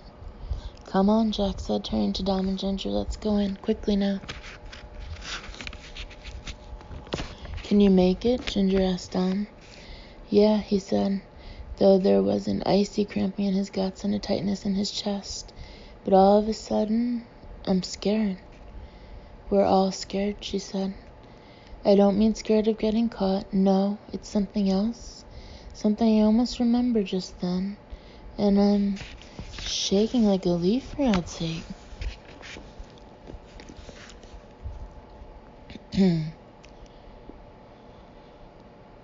Brendan gasped in disbelief when Colonel Falkirk ordered one of his men to open fire on the jeep that was approaching Vista Valley Road from the hillside above.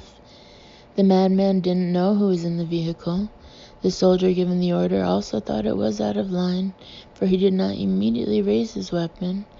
But Falkirk took a menacing step toward him and shouted, "I told you to open fire, Corporal.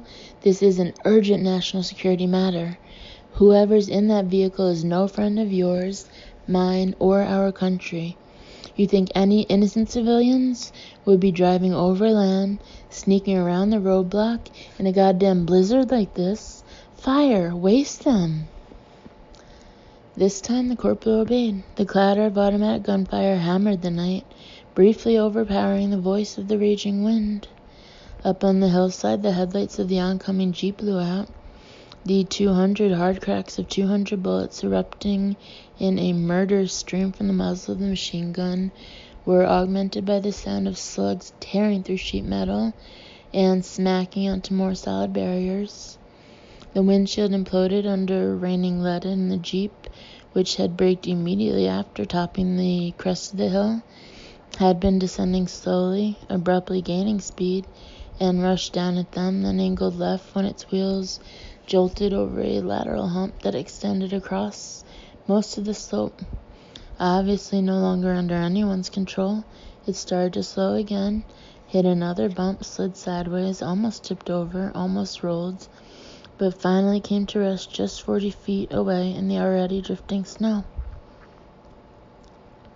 5 minutes ago, when Ned had driven over the hill on the other side of Vista Valley Road and had turned south, only to encounter the colonel and his men waiting less than a half mile south, it had been instantly clear that all the shotguns and handguns and even the Uzi that Jack had provided would be of no help.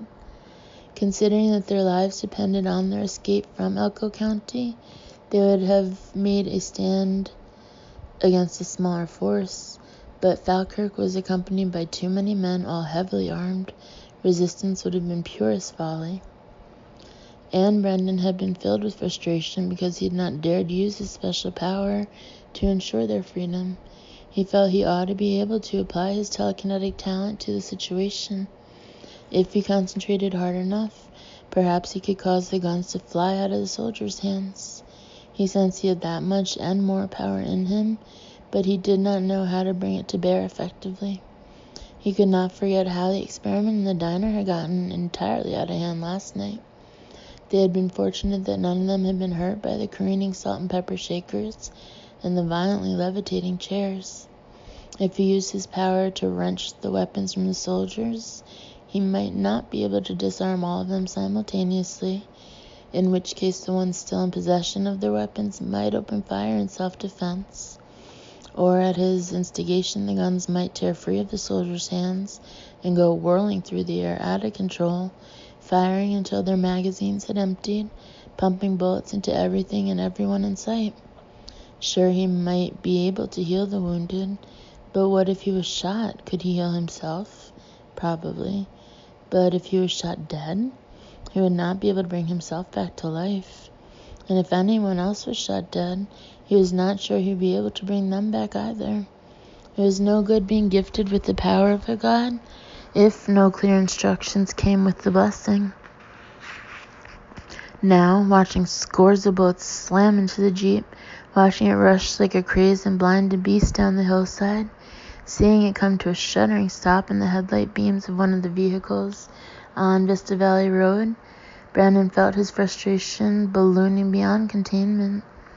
The occupants of the jeep had been hit. He could help them. He knew he could help them, and it was his duty to do so. Not merely the duty of a priest, but the minimal duty of a human being. He did not understand his healing power either, but there was no greater danger in trying to use it than there was in attempting to employ telekinesis. So he thrust away from the Cherokee against which he had been standing, dashed to the group of soldiers whose attention had been distracted by the drama on the hillside, and ran toward the blasted jeep even as it came to a stop.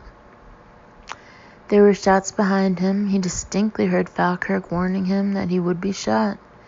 Brendan ran anyway, slipping on the snowy pavement. He stepped into a ditch, fell, scrambled up, ran onto the bullet-riddled jeep. No one fired, but he sensed people sprinting after him. The passenger side of the jeep was nearest, bathed in a beam of light from one of the military vehicles, so he pulled open that door first. A stocky man of about 50, wearing a navy pea coat, was slumped against the door and fell out into Brendan's arms.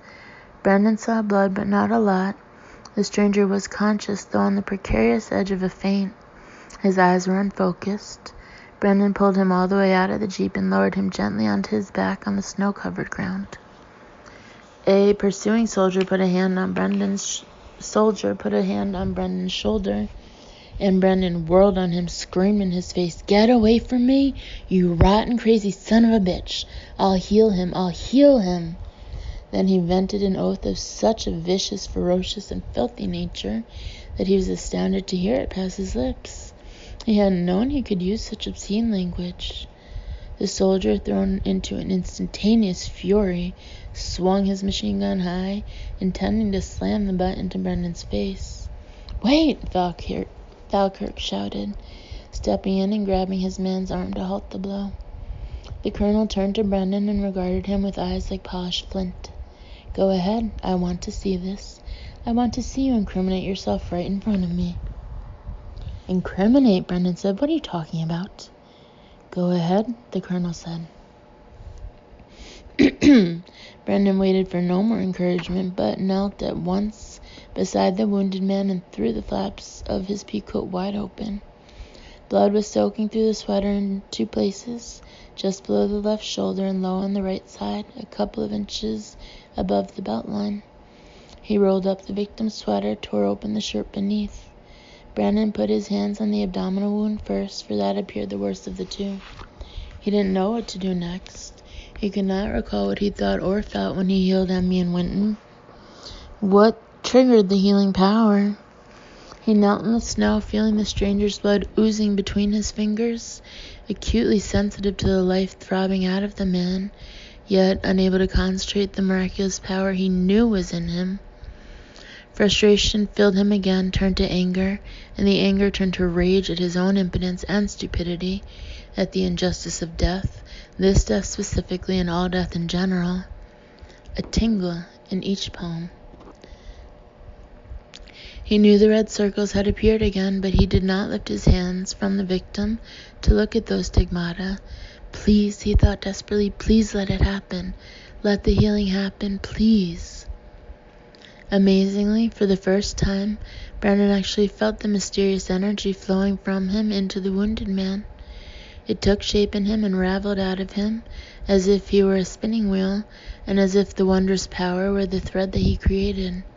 He whirled it into existence, in the same manner by which the formless mass on the distaff was drawn into a strong filament of thread by the action of a spinning wheel, and the wounded man was the spindle onto which this power wound itself. But Brendan was not merely a single machine producing one meager thread. He felt within himself 1,000 million wheels flashing round and round, so fast they whistled and hissed as they spewed out 1,000 million insubstantial and invisible, yet strongly binding filaments. He was a loom as well, for somehow he used the countless threads of godlike power to weave a cloth of health.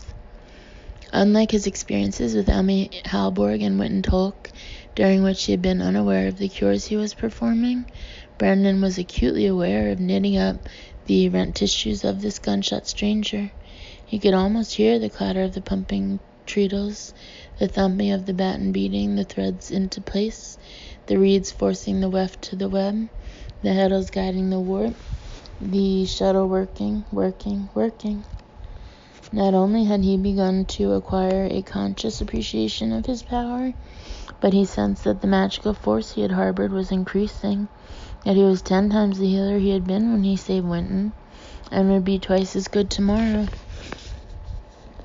Indeed, beneath him, the stranger's eyes swam into focus within seconds, blinked, and when Brendan lifted his hands from the wound, he was rewarded with a sight that took his breath away and gladdened his heart. The bleeding had already stopped. He was even more amazed to see the bullet rise out of the man's body, as if being expelled by some inner pressure. It squeezed backwards from the entrance wound and popped free of the flesh with a sucking sound. Even as the spent slug, wet and dully gleaming, rolled out onto the victim's belly, the ragged hole began to close, as if Brendan were not watching the healing of a real wound, but a time-lapse film of the healing. He quickly touched the lesser wound in the man's shoulder. At once he felt the second bullet, not as deeply buried as the first, nudging out of the torn flesh. It pushed and squirmed against his palm. A thrill of triumph raced through Brendan. He had an urge to throw his head back and laugh into the chaotic fury of the storm, into the night, for the ultimate chaos and darkness of death had been defeated. The victim's eyes cleared entirely, and he looked up at Brendan with bewilderment at first, then with recognition, then with horror. "Stefan," he said, "Father Wykazik." That familiar and beloved name, coming from the lips of this complete stranger, startled Brendan and filled him with inexplicable fear for his rector and mentor. What? What about Father Wykazik? He must need your help more than I do. Quickly! For an instant, Brendan did not understand what the man was telling him. Then with sudden dread he realized that the driver of the machine-gun jeep must be his rector. But that wasn't possible. How had he gotten here? When? Why? For what possible purpose would he have come? Quickly, the stranger repeated. Brendan leaped up, whirled toward the onlooking soldier, and Colonel Falkirk, pushed between them, slipped in the snow, stumbled against the front bumper of the jeep. Holding onto the vehicle with one hand, he clambered as fast as he could around the front of the driver's door on the other side. It wouldn't open, seemed to be locked or damaged by gunfire. He wrenched in panic, but it would not budge. He pulled harder, still nothing. Then he willed it open, and it came with a grinding and squealing of broken bits of metal, fell wide on twisted hinges. A body, slumped against the steering wheel, began to tip slowly out through the open door. Brendan grabbed Father Wykazik, dragged him out of the driver's seat, and laid him on the cold blanket of snow. This side of the jeep was touched by less light than the other. In spite of the darkness, he saw his rector's eyes, and as if his tortured voice were coming from a great distance, Brendan heard himself say, "Dear God, no. Oh, no." The shepherd of St. Bet's had flat, sightless, unmoving eyes that gazed at nothing in this world, but at something far beyond the veil. Please, no. Brendan saw, too, the furrow of a bullet that had dug its way along the skull, from the corner of the right eye to a spot just past the ear. That was not a mortal wound, but the other was, a devastating hole in the base of the throat, gaping horribly, filled with shattered flesh and stilled blood. Brendan placed his trembling hands upon Stefan Wykazik's ravaged throat. From within himself he felt the threads of power spinning out again, 1,000,000,000 filaments in a multitude of colors and tensile strengths, all invisible yet sufficient to provide the weft and warp of a strong and flexible fabric, the very fabric of life. Then, reaching psychically within the cooling body of this man he so deeply loved and respected, Brendan tried with all his mysterious skill to weave those threads upon the loom, to repair the torn cloth of life. However, he soon became aware that the miraculous healing process required an empathy between the healer and the healed. He realized that he had previously misunderstood the process, that he was not both the spinning wheel, providing the threads of power, and the loom, which wove them into the cloth of life. Instead, the patient had to provide the loom to use the threads of life-giving power that Brendan provided. In some strange way, the healing was a bilateral process, and no loom of life remained in Stefan Wykazik. He had died within seconds, had been dead before Brendan reached the jeep. Therefore, the multiple threads of healing power only tangled and knotted uselessly, unable to sew the damaged flesh together. Brendan could heal the wounded and cure the sick, but he could not do what had been done for Lazarus. A great thick sob of grief shuddered from him, and another, but he refused to surrender to despair. He shook his head violently in stubborn denial of his loss, choked back another sob, and redoubled his efforts, determined to raise the dead even though he knew he could not. He was dimly aware that he was talking, but it was a minute or two before he realized that he was praying as he had prayed so many times in the past, though not recently. Mary, Mother of God, pray for us. Mother most pure, pray for us. Mother most chaste, pray for us. He was praying not by reflex, not unconsciously, but ardently, with the deep, sweet conviction that the Mother of God heard his desperate cries, and that by the combination of his new power and the Virgin's intercession, Father Wyckowick would be raised up again. If he had ever lost his faith, he regained it in that dark moment. With all his heart and mind, he believed.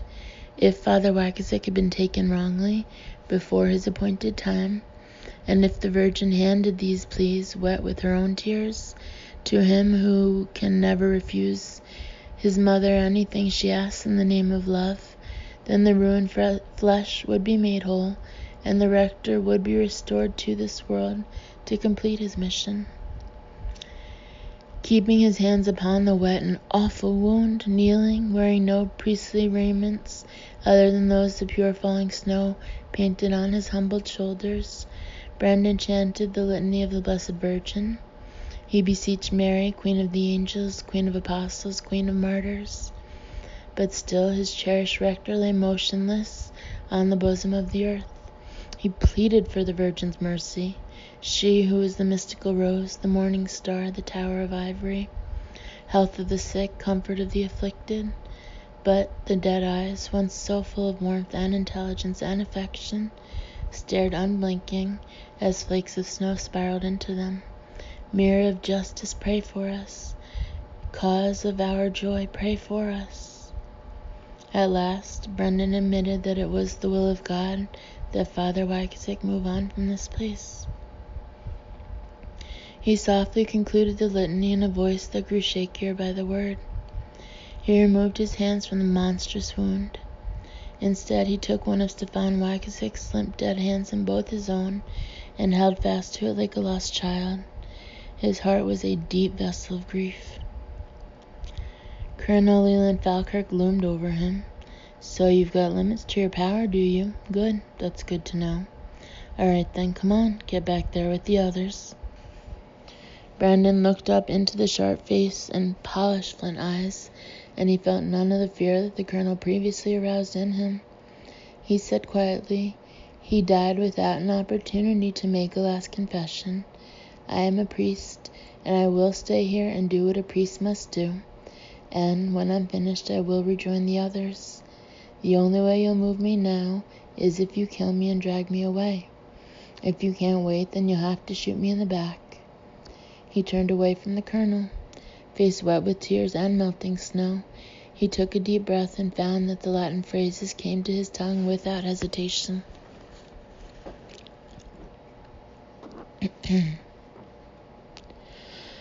The crawl through that Jack had cut in the chain-link fence was small, but none of them, Jack, Dom, or Ginger, was a large person, so they all squeezed onto the grounds of Thunderhill without difficulty, having pushed the rucksacks full of equipment ahead of them. At Jack's direction, Dom and Ginger stayed close to the fence until he had a chance to study the immediate landscape through the Startron night vision device. He was searching for posts on which surveillance cameras and photoelectric cell alarm systems might be rigged. Though blowing snow made the inspection more difficult than it would have been in better weather, he located 2 poles on which were mounted cameras that covered this portion of the Thunderhill perimeter from different angles. He believed the lenses of both cameras were filmed with snow, though due to the storm he could not be certain. He saw no evidence of photoelectric systems to detect movement across this part of the meadow. Next, from a zippered pocket, he withdrew a wallet-sized device, an extremely sophisticated variation of a voltmeter. It could detect the passage of electric current through a line without making contact with that line, although it could not measure the strength of the current. He turned toward the open meadow, putting his back to the fence. Crouching, he held the object out at arm's length, about 2 feet above the ground, and moved slowly forward. The voltage detector would register a current from lines buried as deep as 18 inches underground, unless they were sheathed in pipes. The kind of lines he was looking for were neither that deep nor sheathed. Even the foot of new and old snow would not measurably affect the device's performance. He edged forward only about 3 yards before the detector began beeping softly and flashing its amber light. He halted immediately, stepped back a couple feet, and called Dom and Ginger to his side. They huddled together, and Jack said, "There is a pressure-sensitive alarm grid buried an inch or two underground. It starts about 10 feet inside the fence, and I'm sure it runs parallel to the fence all around the facility. It's a web of wires sealed in thin plastic that carry a low-voltage current. It's designed so the connections of some of the wires will be broken and the current interrupted if anything above a certain weight, say 50 pounds, steps on them. The weight of the snow doesn't affect it because that's evenly distributed. It reacts to localized pressure like a footstep." "Even I weigh more than 50 pounds, Ginger said. "How wide's this alarm grid?" "At least 8 or 10 feet, Jack said. They want to be sure that if someone immensely clever like me should come along and detect the system, it'll be impossible just to jump across it." "I don't know about you," Dom said, "but I can't fly across." "I'm not so sure you can't," Jack said. "I mean, if you had time to explore that power of yours. If you can levitate chairs, why couldn't you levitate yourself?" He saw the suggestion had startled Dom. "But you haven't time to learn to control your power, so we'll have to rely on what's gotten us this far." "What's that?" Ginger asked. "My genius," Jack said with a grin. "Here's what we'll do. We'll walk along the perimeter, staying in the safe ground between the fence and the alarm grid, until we find a place where there's a big, sturdy tree standing 20 or 30 feet deeper in the meadow, well beyond the width of the grid." "Then," Dom asked, "you'll see." "What if we don't find a tree?" Ginger asked. "Doc," Jack said, "I had you pegged as a go-getting optimist. If I say we need a tree, I'd expect you to tell me we'll find a forest and have 1,000 to choose from." They found the tree only 300 yards down the slope toward the valley floor. It was a huge pine of such age and character that it offered the thick and widely separated limbs that Jack required. It towered 80 feet or higher, a snow-dusted monolith looming out of the storm, and it was 30 or 35 feet back from the fence, well beyond the farther edge of the alarm grid. Using the Startron again, Jack studied the massive pine until he found exactly the right branch. It had to be sturdy, yet not much higher than the fence, with which it would form the opposing stanchions of a rope bridge. He put the Startron away again. From one of the rucksacks, he removed the 4-pronged grappling hook that had been one of the many items on Ginger's and Faye's shopping list when they visited Elko earlier in the day. Tied to the hook was a 100-foot length of hawser-laid nylon rope, 5/16 of an inch in diameter, the kind made for serious climbers and capable not only of holding one of them, but of supporting all their weight at the same time. He tested the knot where the line tied to the hook, though he had tested it a dozen times before.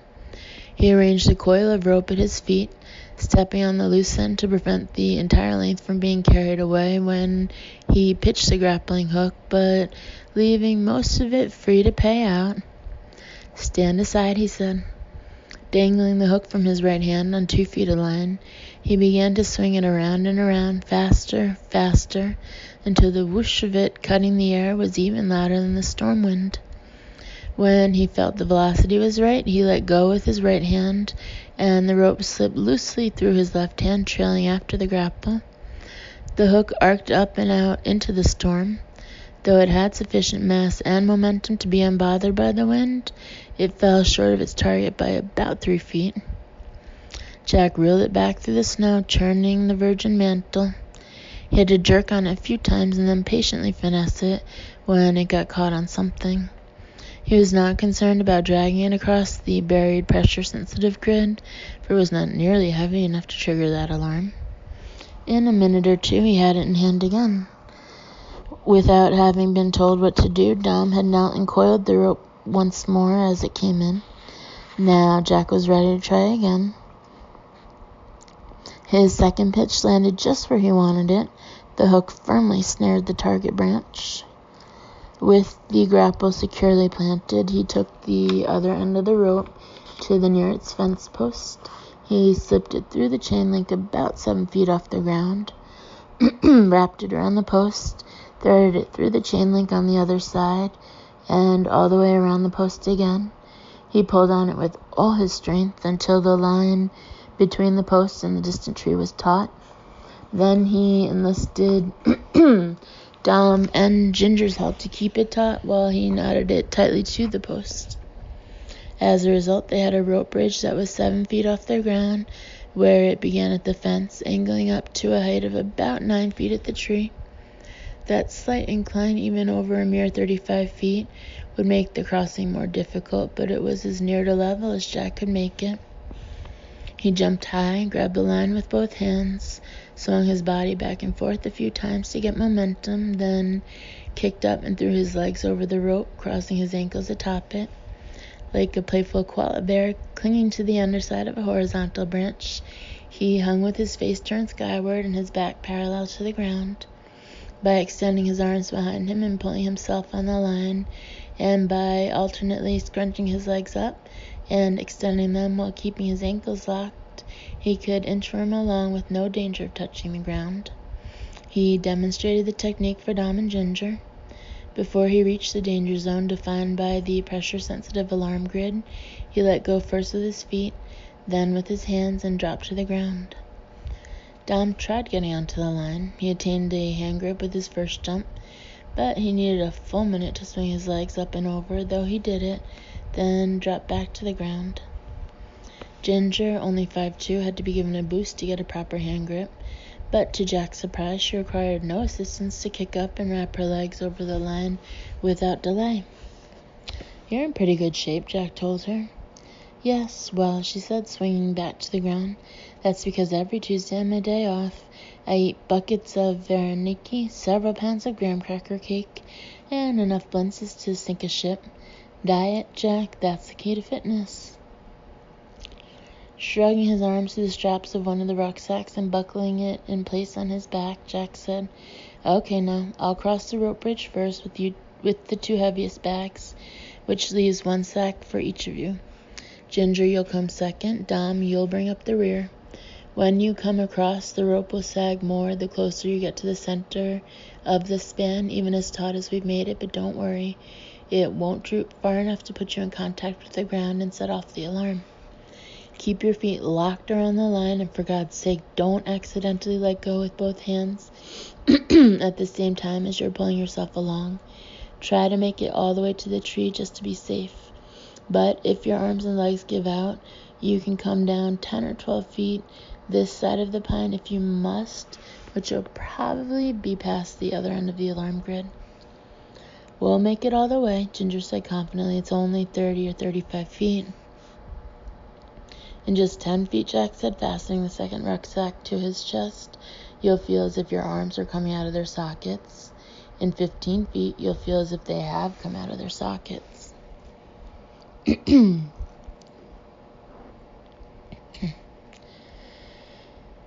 Something about Brendan Cronin's reaction to his rector's death had jolted Leland Falkirk.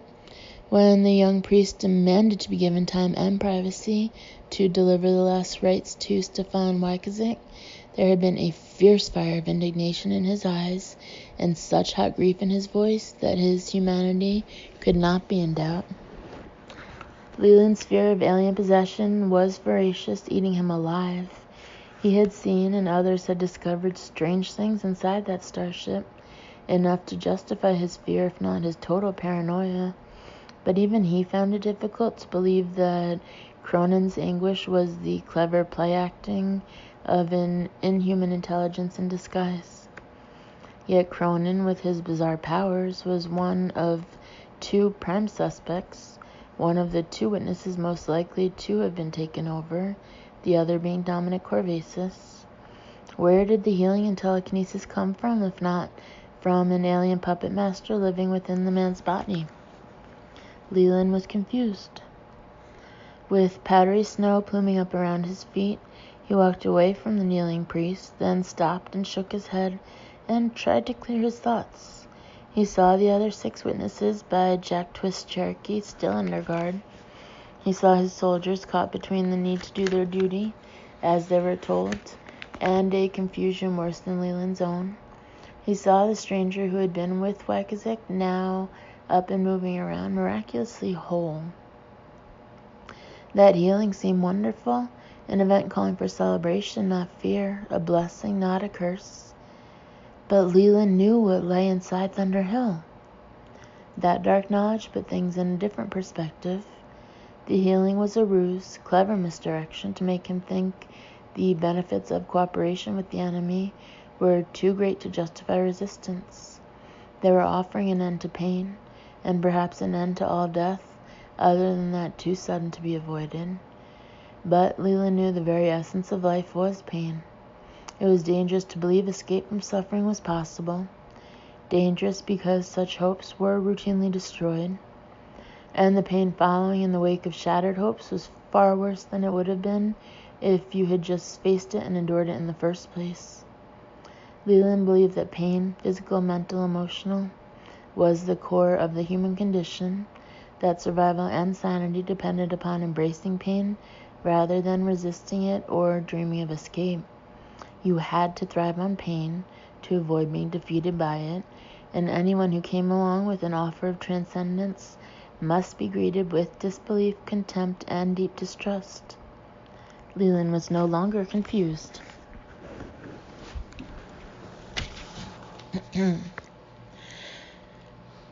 The big army truck Georgia supposed it was a troop transport had hard metal benches along both sides and also against the forward wall that separated the driver's compartment from the rear.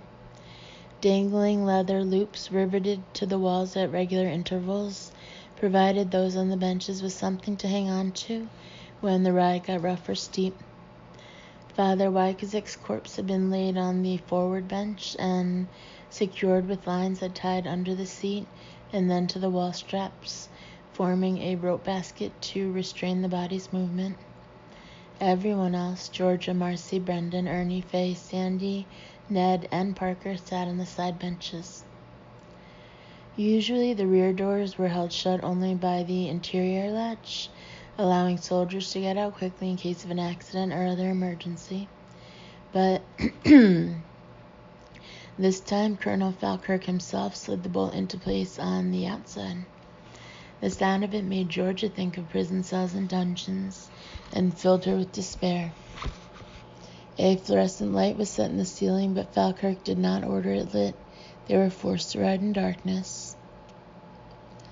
Although Ernie Block had endured the night remarkably well thus far, everyone had expected him to come apart when he was locked in the pitch-black bay of the truck. But he sat beside Faye, holding her hand, and coped. He had periodic bouts of anxiety, marked only by spells of hyperventilation, which he quickly overcame.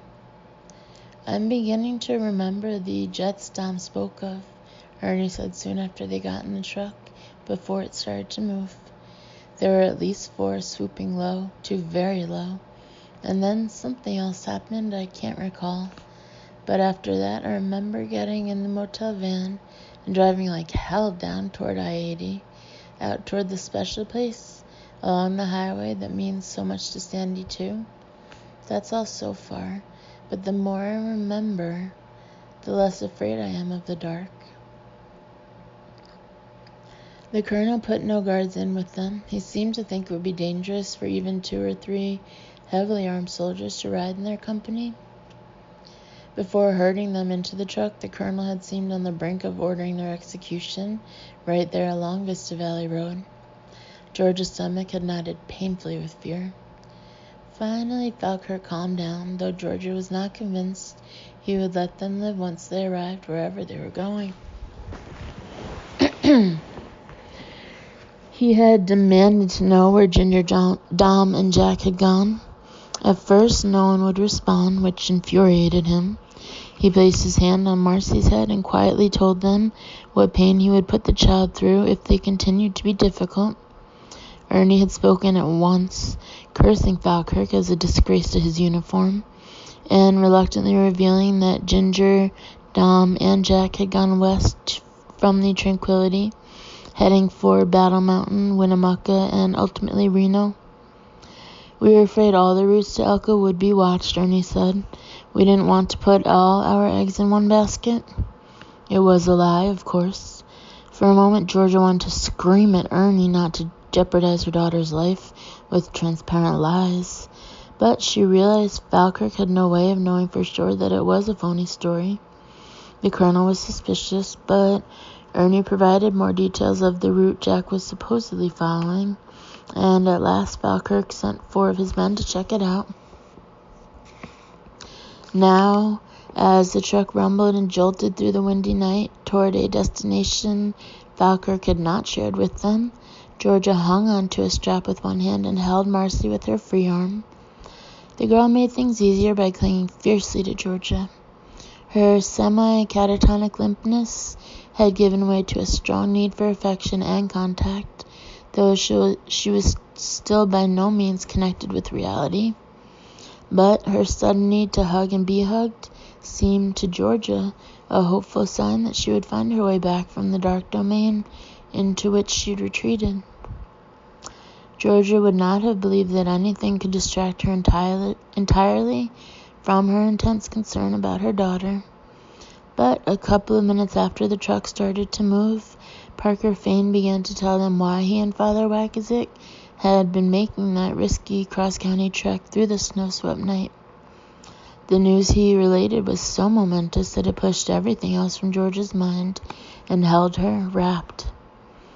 He told them about Calvin Sharkle, about how Brendan had passed on his power to Emmy Halborg and Winton Tolk, and now, perhaps, to me, Parker said, with such wonder in his voice that it was communicated instantly to Georgia and caused gooseflesh to break out all over her. Parker spoke of the CISG, and he told them what they must have seen on that long-lost summer night in July. Something had come down. Something had come down from the sky, and the world would never be the same. Something had come down. As that amazing news was revealed, the darkness in the truck was filled with an excited babble of voices. Reactions from Faye's initial stunned disbelief to Sandy's instant and enthusiastic acceptance. Not only did Sandy accept, but she abruptly remembered large pieces of the forbidden night, as if Parker's revelation had been a sledge that had struck a wrecking blow upon her memory block. The jets came over, and the 4th one blew across the roof of the motel, so low it almost took off the top of the building. And by that time we were all out of the diner. People were coming over from the motel, but the shaking was still going on. The ground vibrating just like in a quake, the air vibrating too. Her tone of voice was a peculiar mix of delight and trepidation, both joyful and haunted. In the darkness, everyone fell silent to hear what she had to say. Then Dom, I didn't know his name then, but it was Dom all right. He turned away from the jets and looked up and back across the roof of the diner, and he shouted, "The moon! The moon!" We all turned, and there was a moon, brighter than usual, creepy bright, and for a moment it seemed to be falling on us. Oh, don't you remember? Don't you remember what it felt like to look up and see the moon falling on us? Yes, Ernie said softly, almost reverently. I remember, Brendan said.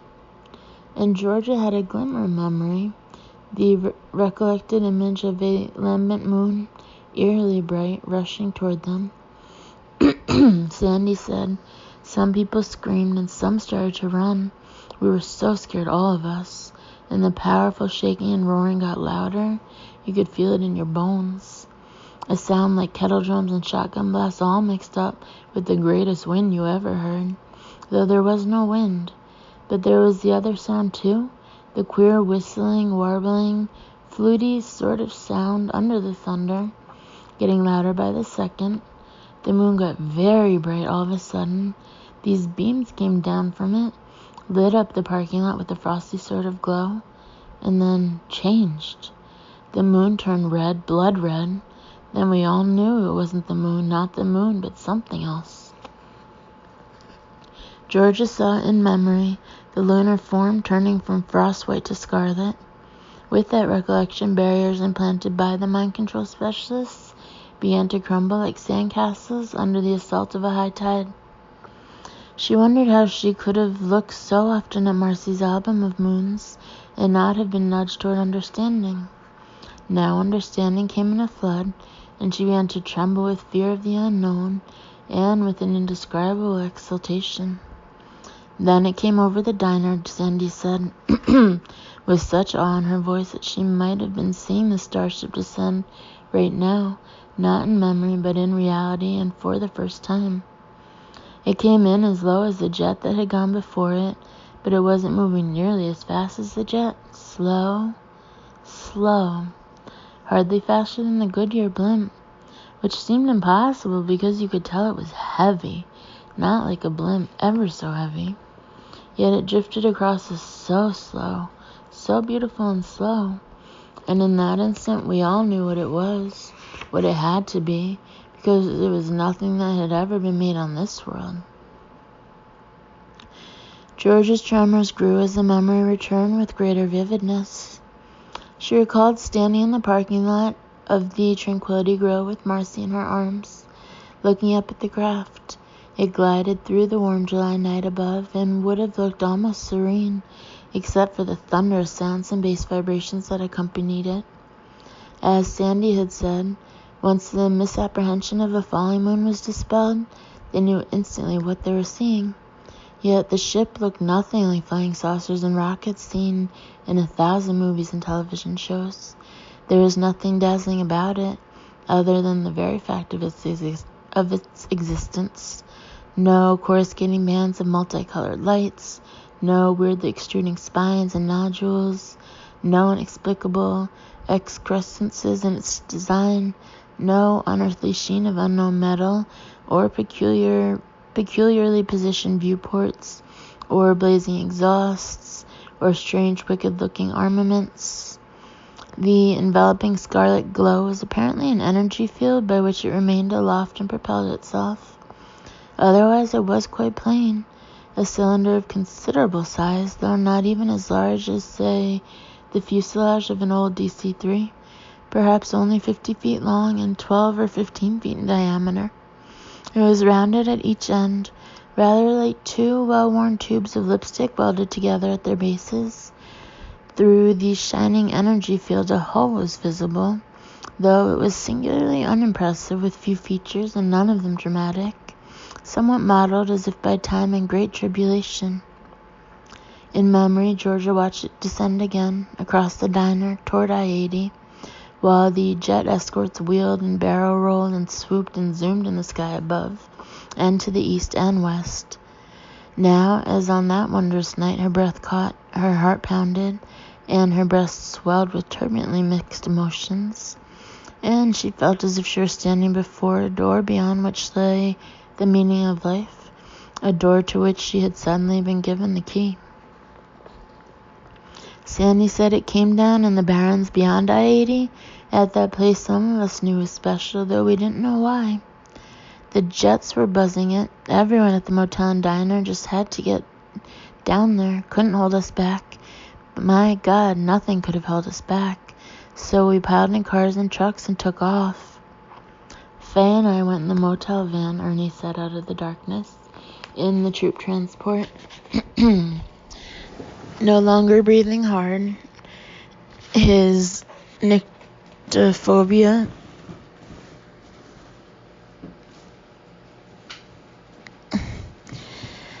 burned away in the heat of memory. Dom and Ginger went with us, that pro-gambler too, Lomac, Zebediah Lomac from Reno. That's why he wrote our names on the moon posters in his house, the ones Dom told us about. Some dim but urgent memory of riding with us in the van down to the ship must have almost busted through his memory block. And Georgia, Sandy said, you and your husband and Marcy and a couple other people rode in the back of our pickup. Brendan, Jack, and others went in cars. Strangers piling in with strangers. But in some way, none of us were strangers anymore. When we got there, we parked on the berm, and a couple other cars pulled up coming west from Elka. People were running across the divider. Cars driving in from the west just stopped right on the highway, and we all gathered on the shoulder of the road for a minute, looking out there at the ship. The glow around it had faded, though there was still a luminous quality to it, amber now instead of red. It set some clumps of sagebrush and bunch grass on fire when it first touched down, but those burnt out almost entirely by the time we got there. It was funny how we all gathered along the edge of the road, not shouting or talking or noisy in any way, but quiet. All of us so quiet at first, hesitating, knowing we were standing on a cliff, but that jumping off the cliff wasn't going to be a fall. It was going to be like jumping off and up. I can't explain that feeling too well, but you know. Georgia knew. She felt it now, as she had then, the almost too wonderful to bear feeling that humankind had been living in a dark box, and that the lid had just been torn off at last. The feeling that the night would never again seem as dark and foreboding, or the future as frightening as it had been in the past. And as I stood there, Sandy said, looking out at that luminous ship, so beautiful,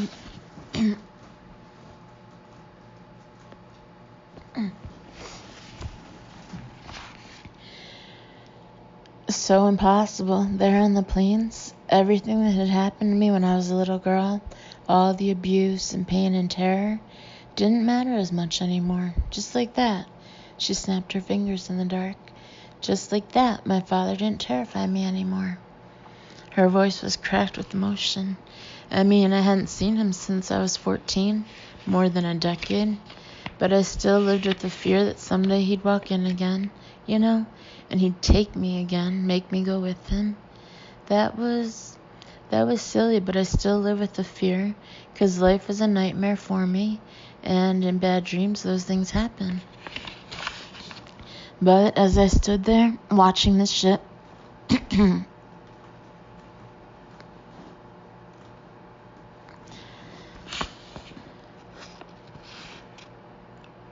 with everyone silent and the night so big, the jets overhead, I knew my father could never scare me again, even if he did show up someday. Because he's nothing, just a sick little man, a speck, one tiny grain of sand on the biggest beach you can ever imagine. Yes, Georgia thought, filled with the joy of Sandy's discovery. Yes, that was what the ship from beyond meant, freedom from our worst and most inhibiting fears. Although the vessel's occupants might bring no answers to the problems that beset humanity, their mere presence was in a way an answer in itself. Her voice thickening even further with emotion, beginning to cry now, not with sadness but with happiness, Sandy said, and looking at that ship out there, I felt all of a sudden as if I could put all the pain behind me forever, and as if I was somebody.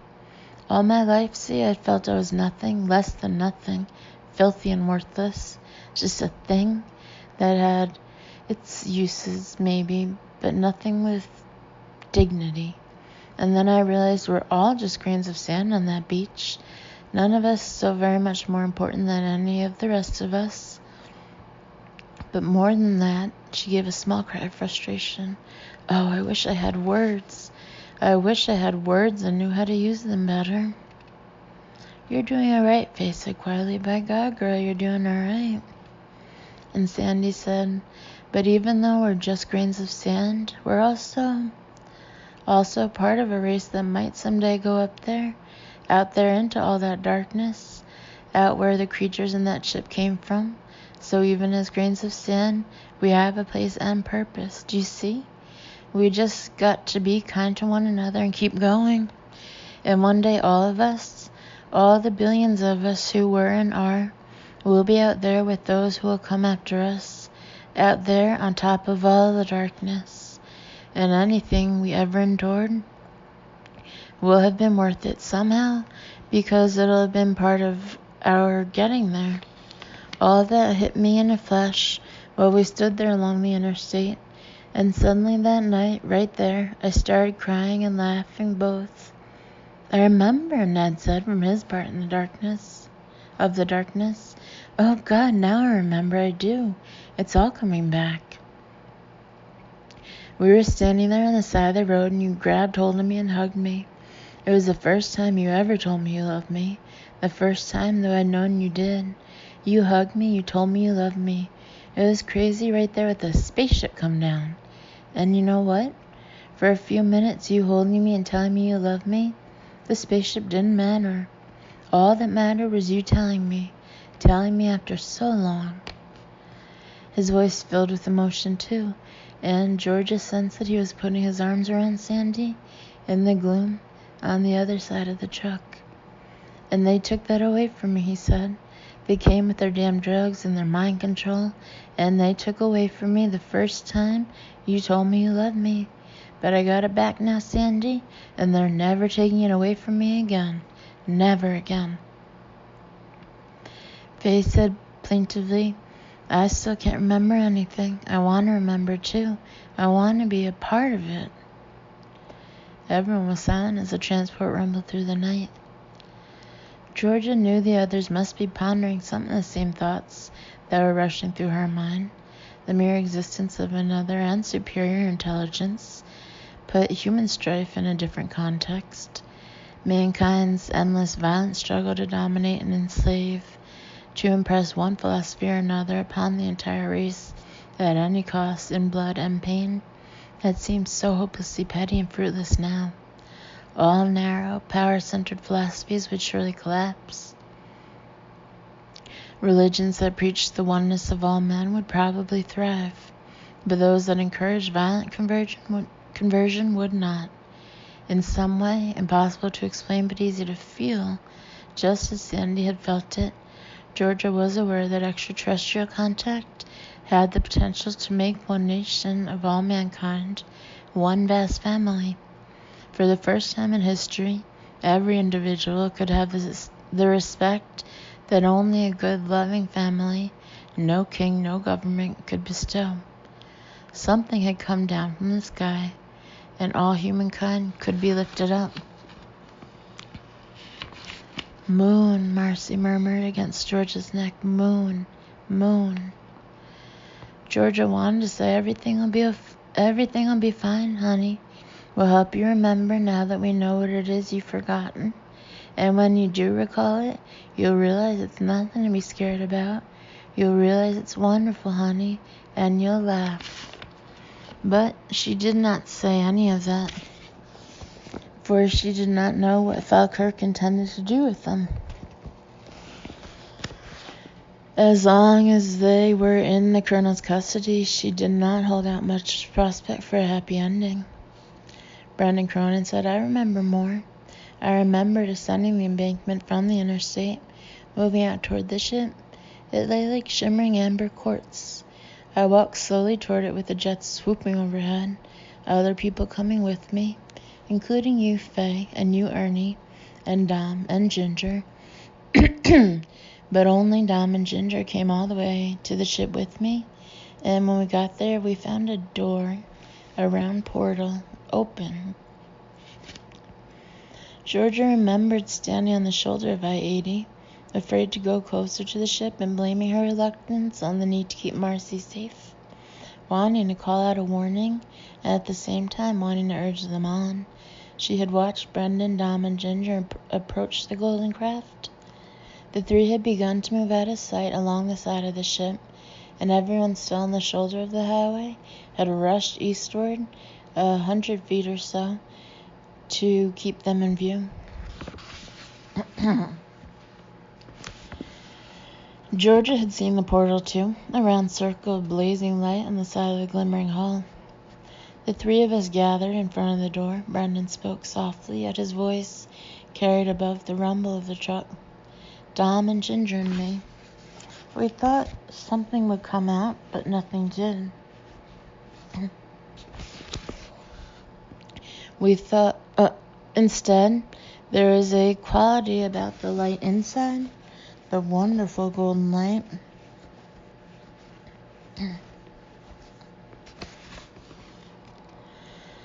I've seen in my dreams, a comforting, compelling warmth that drew us somehow. We were scared, dear God, we were scared. But we heard helicopters coming, and we sensed government people would take over the second they arrived on the scene, take over and push us back, and we were determined to be part of it, and that light, so you went inside, Georgia said. Yes, Brendan said. I remember, Sandy said. Yes, you went inside. All three of you went inside. The immensity of the memory was overwhelming. The moment when the first representatives of the human race had set foot for the first time into a place built neither by nature nor by human hands. The moment that forever divided history into before and after. Remembering, their memory blocks having entirely crumbled. No one could speak for a while.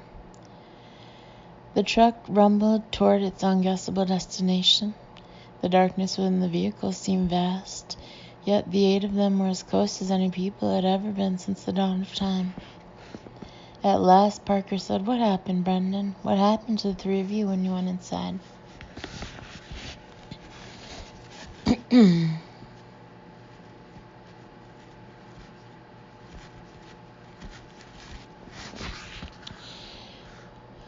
Using the rope bridge, they crossed the pressure-sensitive alarm grid, pausing several times to employ other clever devices in Jack's bag of tricks. They passed through the finely woven web of electronic security that guarded the grounds of Thunderhill, coming at last to the main entrance. Ginger looked up at the immense blast doors. The blowing snow had stuck and frozen to the burnished steel in cryptic patterns that looked as if they ought to have some meaning. A 2-lane blacktop led away from the doors.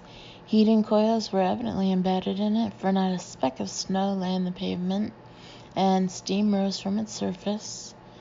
The road curved down and west across the meadow into the forest, where the lights of the main gate glowed softly in the distance. She could not see the guardhouse past which they crept in the pickup, but she knew it was out there. If visitors were admitted during the next few minutes, or if the guards changed shifts and returned to the depository, the jig was up. She and Dom and Jack could scurry off, lie in the snow, hide. However, obviously little traffic passed through here, for the snow around the smaller door was smooth and undisturbed when they arrived. Therefore, the fresh tracks they left would guarantee apprehension as surely as a tripped alarm. They had to get inside quickly if they had any hope of getting inside at all. The smaller single door to the right of the blast doors looked no less formidable than those giant portals, but Jack was unperturbed. He had brought along an attaché-sized computer called Slicks, and although Ginger had forgotten exactly what the acronym stood for, she knew from Jack that it was a device for penetrating electronic locks of various types, and that it was not for sale to members of the general public. She did not ask where he had gotten it. They worked in silence. Ginger kept a lookout for incoming headlights from the main gate and surveyed the snowy expanse of the meadow for a foot patrol, though they were confident no guards were on prowl. Dom held a flashlight on the 10-digit code board that was the equivalent of a keyhole in an ordinary door, while Jack employed the probes of the Slicks in search of the sequence of numbers that would gain entrance. Crouching on one knee in the snow, alert for trouble, Ginger felt exposed, and much farther than 2,400 miles from her life in Boston. The wind stung her face, the snow melted in her lashes and trickled into her eyes. What a cockamamie situation. Meshuggah. That an innocent person could be driven to such a state as they'd been. Who did this damn Colonel Falkirk think he was? The people who gave him his orders, who did they think they were? Not true Americans. Real Momzers, more Yiddish, I don't know. That's what they were, all of them. She remembered the picture of Falkirk in the newspaper. She had known at once that he was a Trefniak, a person not to be trusted, not an inch, never. And she knew something else, too. Whenever she began to pepper her thoughts or her speech with this much Yiddish, she must be in deep trouble or very much afraid. Less than 4 minutes after Jack set to work, Ginger was startled by a whoosh of compressed air behind her. She turned and saw the door had already slid into its recess. Dom stumbled back in surprise. Jack fell on his butt. When Ginger went to help him up, he showed her that the door had slid open so suddenly and with such force that he had not had time to withdraw the Slicks probe from the mechanism. It had torn the probe right out of the computer. But the door was open and no alarms were ringing. Beyond was a 12-foot-long concrete tunnel, about 8 or 9 feet in diameter. It was lit by fluorescent bulbs. It angled to the left where it ended at another steel door. Stay here, Jack said, stepping into the tunnel to look around. Ginger stood at Dom's side, and though she knew part of the plan was to give themselves up as hostages, she also knew that on instinct she would bolt and run at the first sign of trouble. Dom apparently sensed her thoughts, for he put an arm around her, as much to restrain her as to reassure her that she was not alone. After a minute or so, when still no alarm bells or sirens had split the night, Jack stepped back out into the storm and joined them where they stood 6 or 8 feet from the door. 2 surveillance cameras on the ceiling of the tunnel. They saw you, Dom asked. I don't believe so, no, because they didn't track my movements. I suspect you have to close the outer door before there's any hope of getting the inner door open. And as soon as you do close the outer door, the cameras are activated.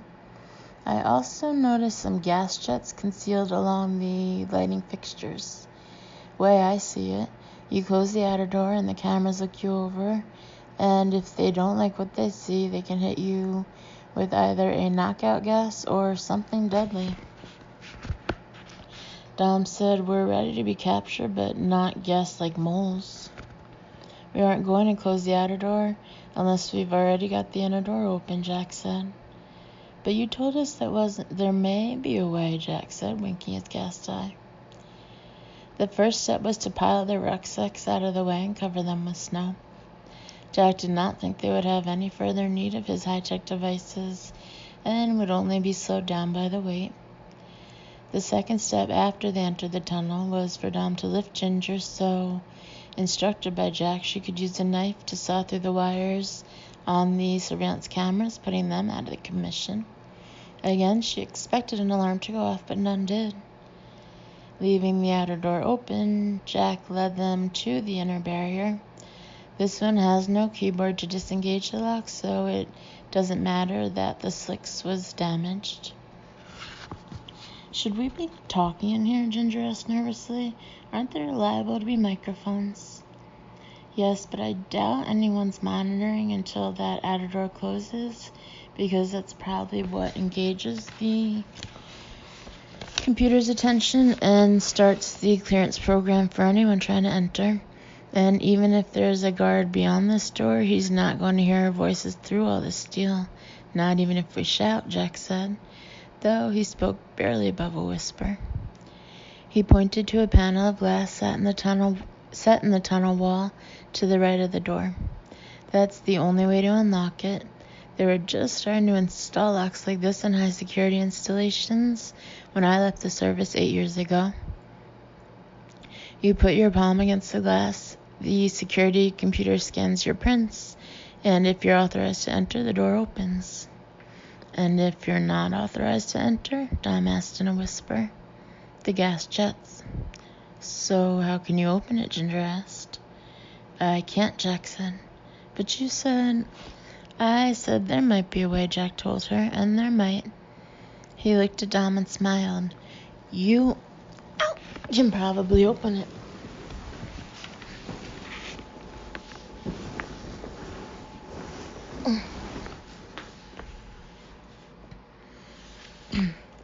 Dom stared at Jack as if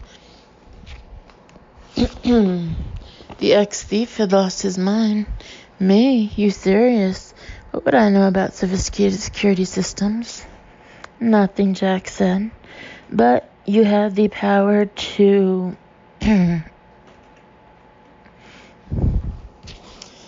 peel thousands of paper moons off walls and send them dancing through the air all at once.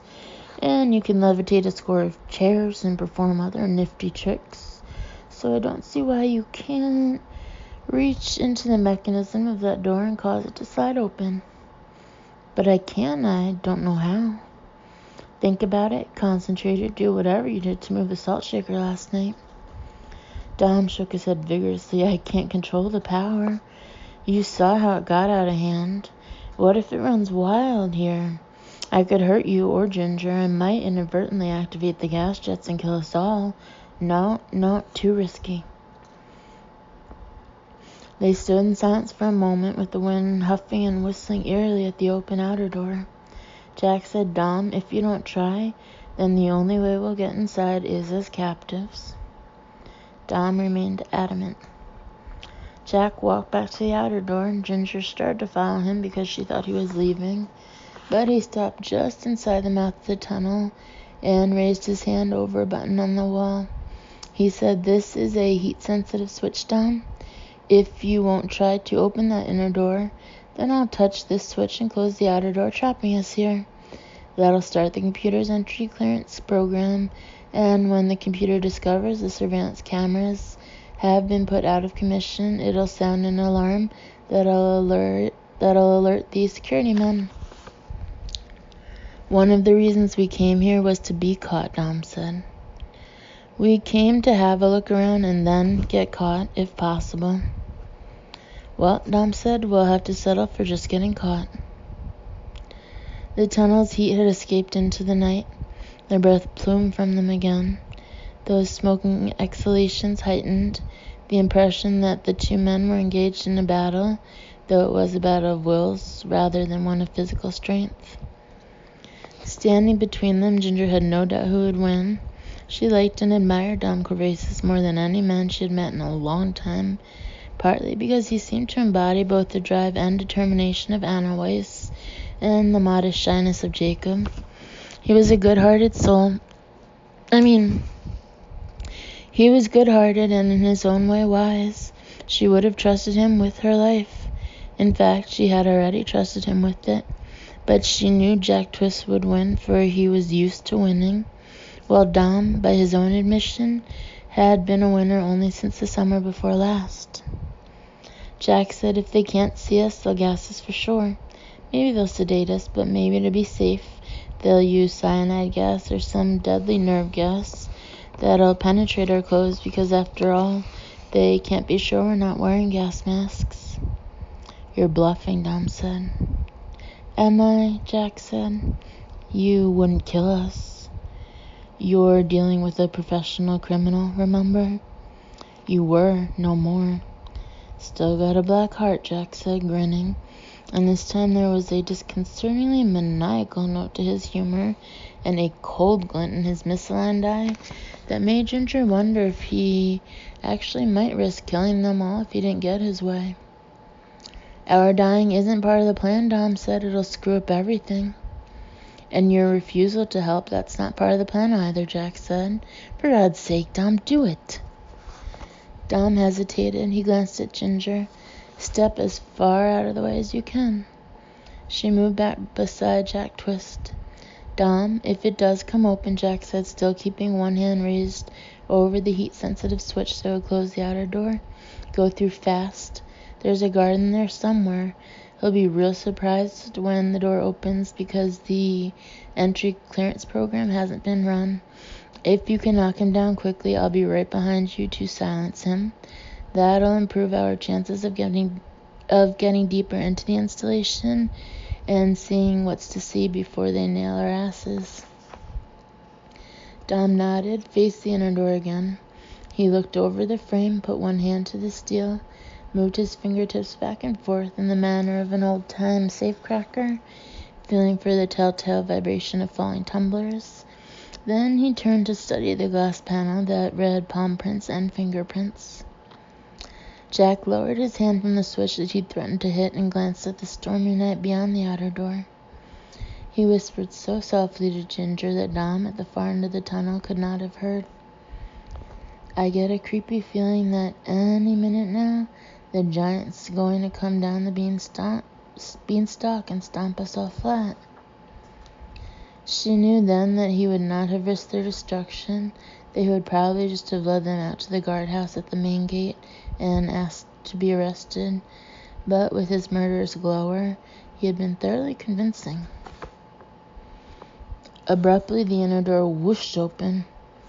Even though Dom was the agent of its movement, he was so startled that he jumped back a step instead of rushing through immediately as Jack had told him to do. He realized his error as he made it, and he leapt across the threshold into the subterranean world beyond. Jack hit the button to close the outer door even before Dom was across the inner threshold, then ran after the raider. Ginger followed. She expected the sounds of struggle or gunfire, but heard neither.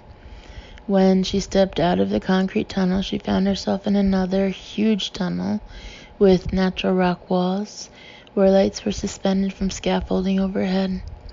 The passage was about 60 feet across, at least 100 yards long, beginning inside the massive steel blast doors and ending far away at what appeared to be banks of elevators.